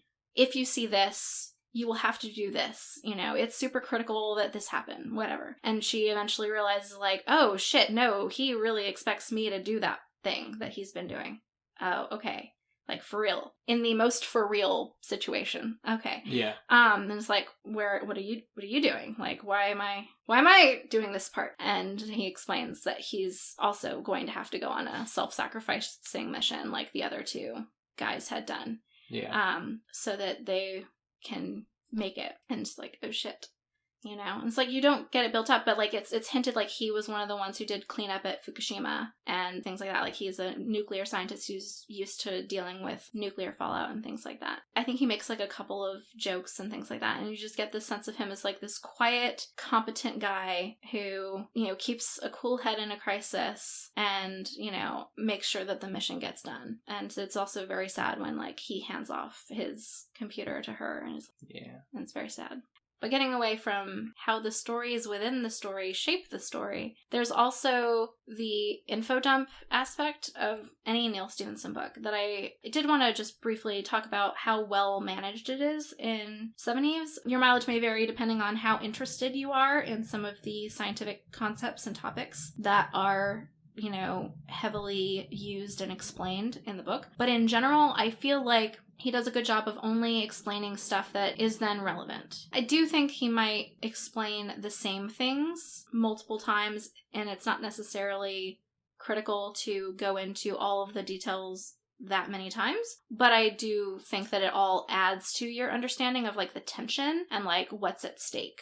Yeah, and I think there's an extent to which maybe you need to have a lesson in orbital mechanics more than once to understand this book. Maybe. Yeah, that's and fair. Like, in case you skipped over it the first time, maybe if it's there the second time, you're like, maybe I should read this. No, I think it does work well. I mean, I am potentially more interested in scientific phenomenon than an average reader. I don't know, but yeah. I do think it's important in terms of establishing the stakes and the timelines in a way that feels very real, because you could just say, the moon blew up and the Earth will be uninhabitable in 2 years. But that's a big ask of someone to just buy without any real context or details. But when you get into the science of why that's the case and like the slow realization of why that's the case, it does create a definite sense of urgency and helps to make it much more understandable why, much more believable that the entire world throws resources at this problem. Yeah, and I think it also, like, so much of the dynamics of how it happens is key to the plot. I have always admired, it's a Justin Timberlake film, so maybe people will judge me, but the sci-fi science fiction film In Time, which is set in a world where currency is now lifespan, so everyone has like a little counter on their arm of how much life they have left.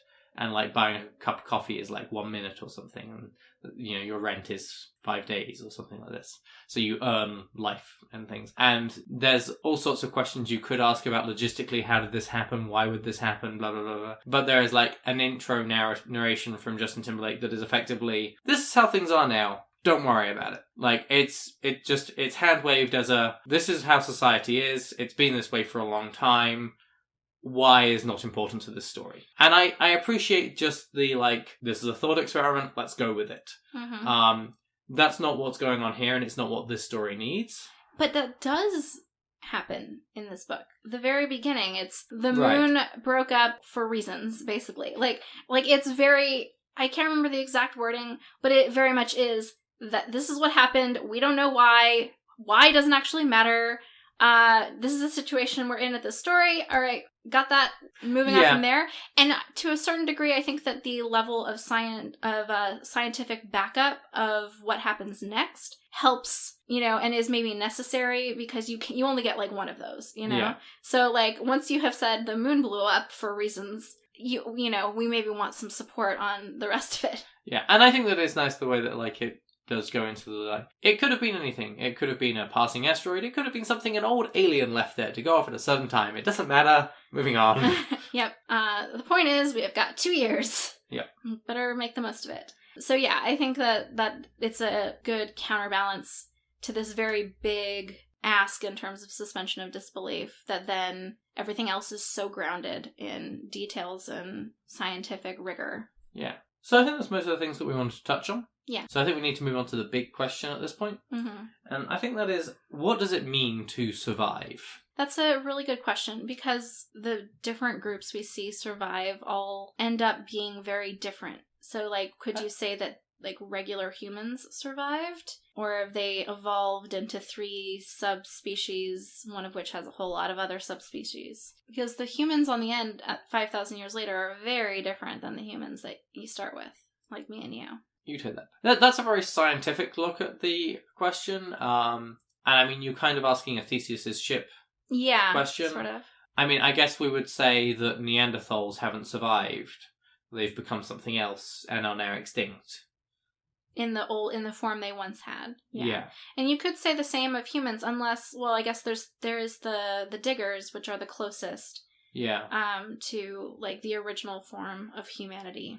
But at the same time, if you look at humans 200 years ago, they were significantly shorter. Mm-hmm. Has humanity changed from that? No. But we're not dramatically different on a genetic level. Mm-hmm. The edits that go onto the spacers, you could argue that. And the pingers. I really don't think that the pingers get to where they are from just selective breeding. Like, that's bullshit, I think.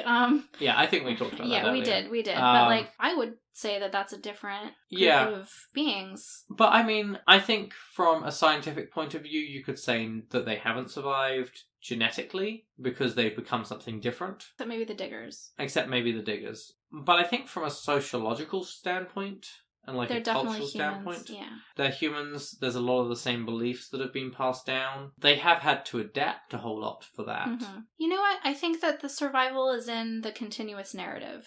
Like, it's much like, I know who I am and who I've been because I can remember the thread backwards to earlier stages of my being. I'm not the same as I was when I was a child, but I remember being that child, and that there's a continuous existence that I'm aware of. And I think it's the same with the cultures of the pingers, of the diggers, of the spacers, and their shared understanding of their shared origin, that they survive. They are what survived of a common organism or a common community. It's interesting, and I mean, obviously this is written by an author who lives within our society. It is interesting how much of the story is about a return to a similar status quo. A lot has changed regarding the Earth and the fact that now some people are living in space, but you do end up going back to a point of nations and divisions and this drive of maybe we should be unified. Mm-hmm. There's the group of 7. Mm-hmm. Like A7 is one person from each of the races, of the subspecies. And then we need to form the first 9 now that we have diggers and pingers to worry about as well. So you get a lot of the same concerns there. Well, does this go back to what is the purpose? Because at the end they talk about some nebulous purpose that a bunch of big movers and shakers and spacers are about, and like it's unclear as to what it is, but it does seem to be that the purpose has something to do with reuniting humanity.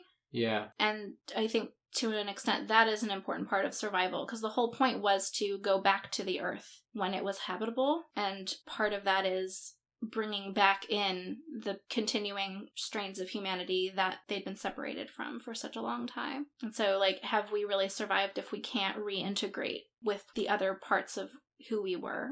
Yeah, it's a difficult question to answer as such. Yeah, it is.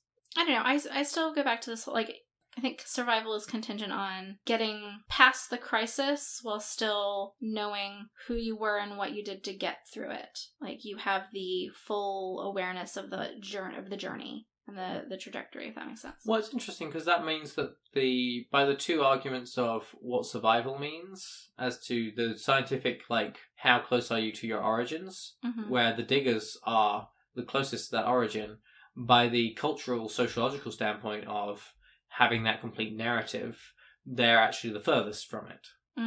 It's true. And part of that's through disinformation. You know, they're contaminating their own thread of historical accuracy, basically. Through their quest to be able to control. Right. Yeah. Which does feed back into some of the arguments we feel like Neil Stephenson is making about the dangers of politics and propaganda and trying to use words and arguments to manipulate rather than to accomplish. It's interesting that the epic that serves as this historical narrative, however, is something that seems to then reinforce the division between the subraces. It definitely does, yeah, and it seems to constrain their potential in terms of like what they're focused on and what they want to do, what they're trying to do, and that does become important because there's the whole thing with the eye that they make that goes down to the earth, but only around the equator, which is mostly parts that blue controls, and so the red side, which they had not been at war with, didn't want them to do that. They wanted to wait and do something that was more versatile, that would take longer and be more complicated, but would go more parts of the earth, including parts where they had people. And the blue people were like, we can always do that later, and we're not doing it now. And so that's what really sets that split. It's, no, we're not going to listen to your concerns. We're going to shove them off and we'll deal with them later, which is exactly what happened. We can do the thing right now. Yeah, and so then they're like, well, fine, if you're not going to take our needs into consideration, if you're going to be very narrow-minded in terms of your perspective, we're going to break away and we're going to do our own thing that, serves our needs. I think I might have gotten a little bit away from what we were talking about, but it's part of that, like, that narrative of, no, we're the people who know what we need to do. Like, we know what needs to happen, and that kind of goes back to the space station. It's like, we're the people on the space station, we're the experts, we know what has to happen, what makes sense, and what's practical right now, and so we're going to do that, and we're not looking at these bigger picture down-the-line concerns, because those are down the line. Yeah. So what does it mean to survive? Well, in terms of, like, this narrative, it's I think that relates back to these patterns established by being bathed in this epic where you're, looking up to these heroes who are constantly like, well, what can we do? What's feasible right now? This survival-oriented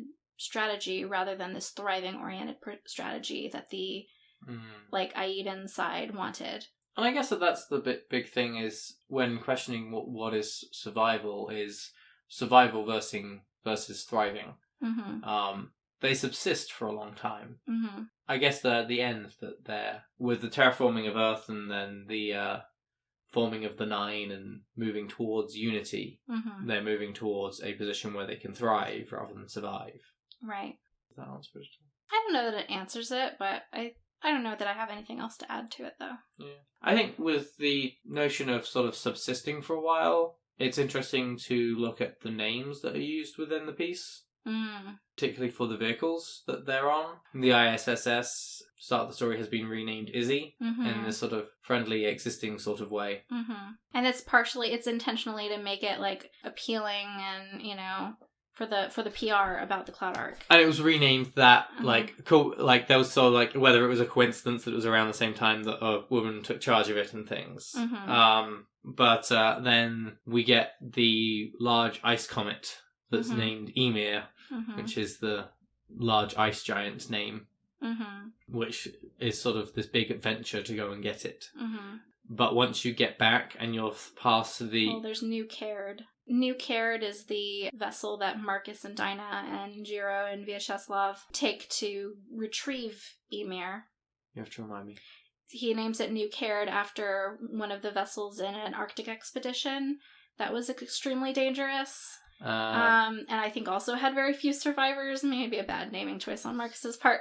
And then when Dinah brings the comet core that's partially being pushed by the carcass of New Caird, they use the ice and shape it around the space station to protect it and call the new vessel Endurance, which is inspired by the same Arctic expedition. Yes. But is also a nice term for what they are at that point. Because you're at that point, you're past it being an exodus, you're past it being an adventure.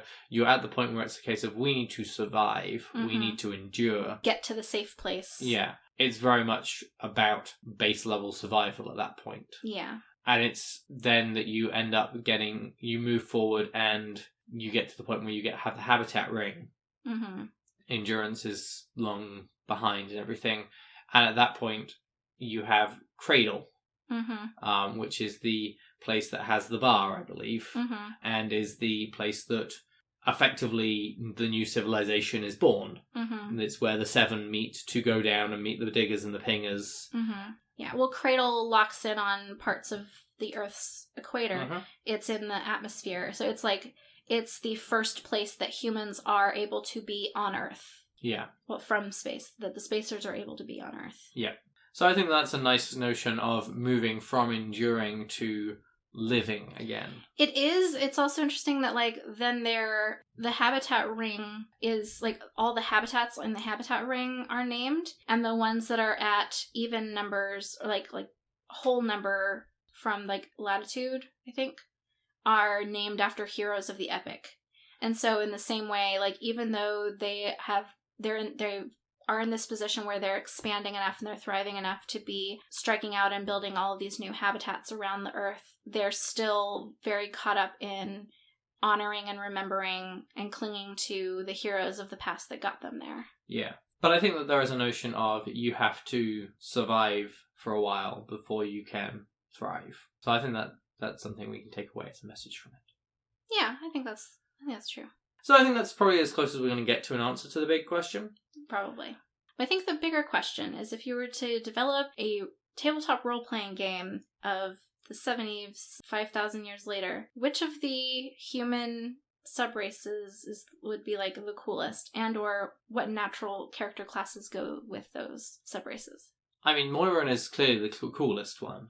Epigenetic shift halfway through your character's arc, it seems... No, you're a totally new person! Roll all the new stats! Yeah, I'm bored of this class. I mean, Teclin is obviously barbarian. No, because they're super disciplined. No, Teclin would be monk, wouldn't it? Monk or maybe paladin. Okay. Maybe fighter, but I think you're probably right with monk, because discipline is just as important as the martial art and the strength of the body. I feel like you've already thought about this a large amount, and I'm not in the really. dark. Let's see. Aiden's difficult because there's a variety there. Yeah, but you could go with specific ones. I think that the geni, which are the big brains, we don't ever see one, but they're referred to as the big-brained Aedans that are supposed to be counter to Ivies. Those are probably wizards or something, really intellectual people, or psionics. You're going to have a psionic character. What would Julians be? Nobles, bards. Yeah. They're bards. Debate and persuasion. Aedans too, some of them, because they're talking about how they're actors and artists and stuff. Aedans can do most of it, really. Well, yeah, among them, they're a good spread. The Neoander could be barbarian or fighter. What would Moiran be? Warlock? Sorcerer? Sorcerer. I think sorcerer, because there's that element of chaos there. Yeah. And a certain lack of control of what your character is going to do, or can do. It's all about the circumstances. Hold on, sidebar. Julian, Aedan, Teclin, Moiran, Ivan, Dynan, Camite. Ivan, Dynan, and Camite are the ones we haven't done, aren't they? Yeah. I think the Dynans are the most versatile, because that's the human in D&D. So there's not a natural one. The whole point is that they're versatile, but they're adventurers. So maybe fighter? Yeah, human fighter. Or maybe ranger? I think ranger, maybe, actually. Yeah. I think ranger. Camite, I would say cleric. Yeah, that makes sense. Because they're the nurturing ones and not violent. In fact, pacifist. So. Yeah. What are the modifications that Ivy makes? Intelligence. She wants her descendants to be really, really smart. So the universities are full of Ivans in the habitat. So that would probably also be wizard or something like that. So. Yeah. Diggers are obviously dwarves. Yes. Well, I mean, it makes sense, too, that there'd be parallels between the different sub-races of Aiden and the other ones, because that was kind of the whole point. So Yeah. you'd have the Jenny and the Ivan would be the wizards. And you'd have the X-Tats and the Julians would be the bards. The real problem, though, is that with D&D classes, you'd never be able to form a 9, because you're never going to get everyone's schedules to line up so you can all adventure at the same time. Well, also, you can't also adventure subterranean and in the ocean at the same time very easily. Yeah. And in space, there's some logistical Well, problems. that's the point. That's why you end up with, drow who aren't in the Underdark and things. I suppose. Anyway, we're getting into the weeds on that. Also, I think that it would make a really great movie. The D&D No, version? just Seveneves as a book. I think it would make a really great movie. Well, I've got some good news in my fun facts for you. They're making a movie? Fun facts! So moving on to the fun facts, guys. 2016, Ron Howard has signed onto it to direct. There's not been much news on it since then, but I imagine it's a decent undertaking. But no, it is in the works. Yay! That's awesome. Which ties in with the fact that they're making Snow Crash into a TV series at the moment. I did know about that, so we'll see how that goes. So that might be sort of a making sure that Neil Stephenson's name is out there before they release whatever huge movie they would have to make this into a film. I'm excited. That's my goal. Yeah. Or terrible. One of the two. Yeah. But with Ron Howard on board, I feel like Yeah. he could make a decent go of it. And also, with our latest cinematic trend of epics, Yeah. I think that we've gotten very good as a culture at making big epics, especially big space epics. Skydance Media hired screenwriter William Broyles Jr., director Ron Howard, and producer Brian Grazer.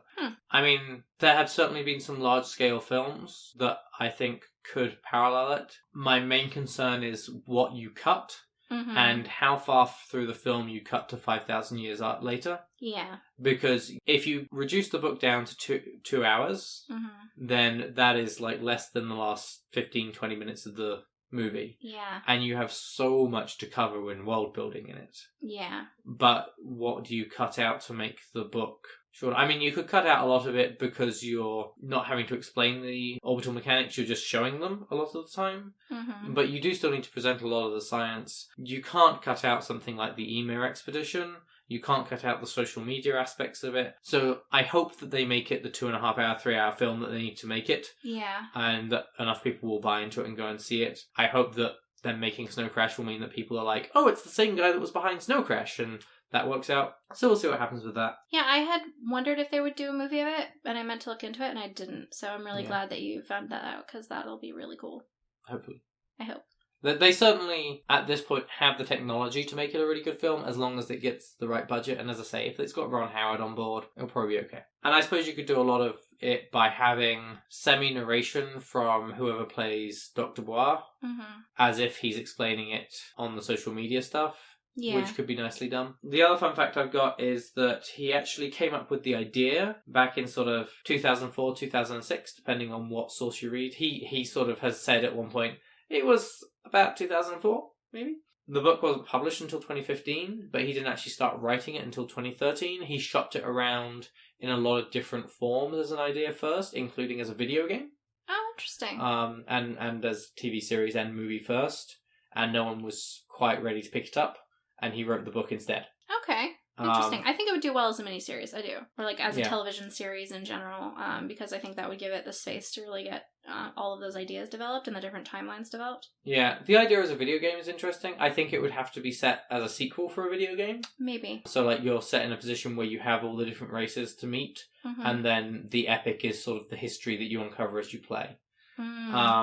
We can maybe talk about that a little bit more in another episode, which I suspect it will come up. Which, talking of sequel, Neil Stephenson does not write sequels. He has written about, I don't know how many books he's written, but they've all been standalone books, I believe. Well, no, there's the Baroque Cycle, which is a trilogy. Okay, fair enough. He is not a big fan of sequels. He tends to write the one-off thing, I feel. This book does seem to end very open-ended. There's a lot of ways that you could go, like how is the interaction between the spacers and the pingers and the diggers going to work out. There's notions that there's diggers elsewhere. There's also no abandoned Mars plan, like a third of the colony breaks off to go to Mars, and then you never hear anything else about it. Yeah, people just assume that they died. But it's possible that they're still out there. It's possible they could come back. I don't think they have a lot in the way of the... Like, there's not a geneticist and an engineer on board that area, which is a little bit concerning. Yeah. But they have all been trained to various degrees in survival, so they might be able to make a go of it. Neil Stephenson has been asked a couple of times about it.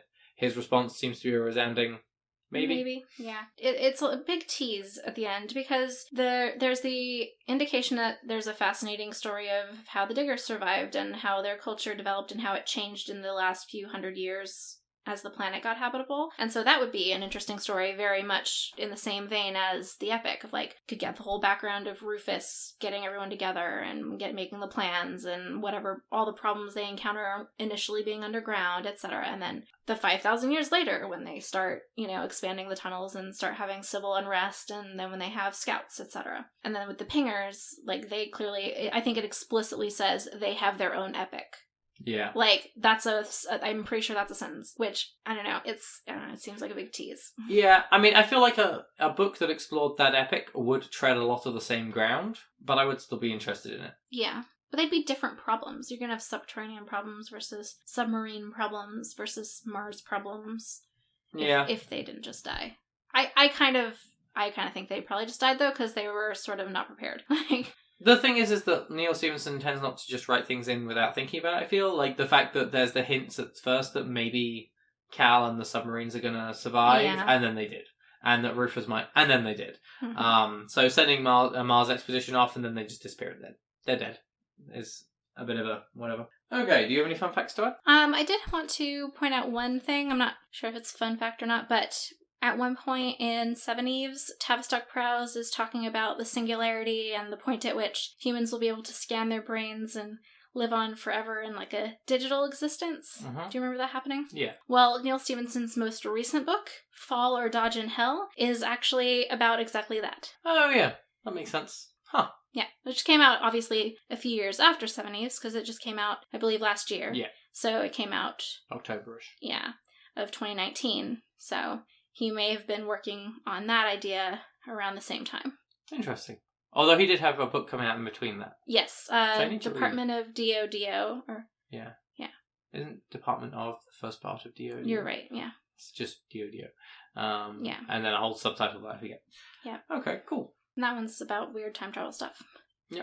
Anything else? Oh, the other thing is, in the acknowledgements, Neil Stephenson talks about having come up with this idea while he was working for Blue Origin and having conversations with Jeff Bezos and other experts there about various space survival things, which is interesting. He just sort of casually name drops Jeff Bezos in the acknowledgements there at the beginning. Huh. Although he would have been working with him in like 2004, 2005. Yeah. And then that would have been 2015. Yeah, okay. But by the time he's name dropping him, Jeff Bezos is definitely a big deal. Cool, okay. I thought those were neat things. Any feedback, follow-up, late thoughts? I always do have late thoughts, but I keep forgetting about them. And write them down. When we're actually recording, I don't remember what they are, so I'm sorry. Well, one day you're going to come back and be, yeah, in Good Omens.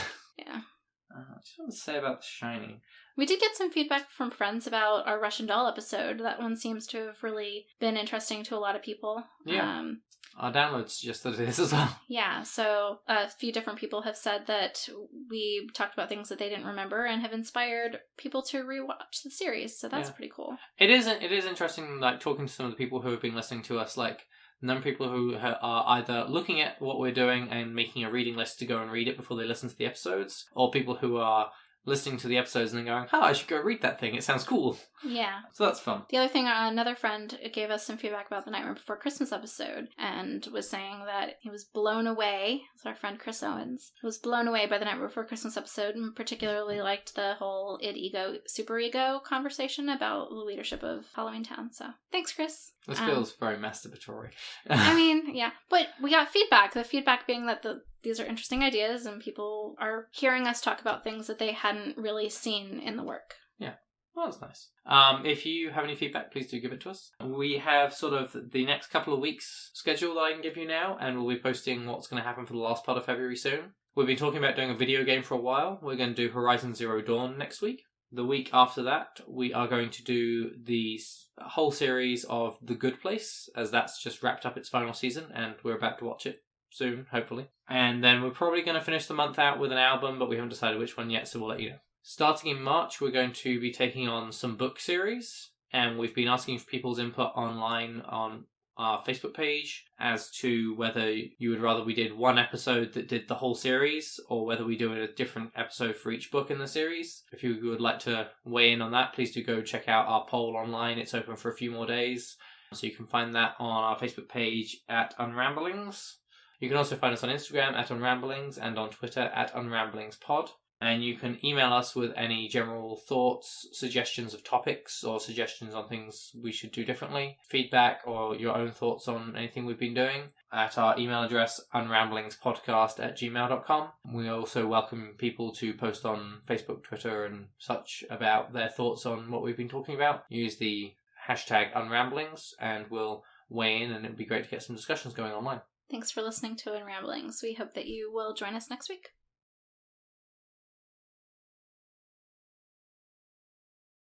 I'm getting a call from Spam Risk. Put that on the podcast.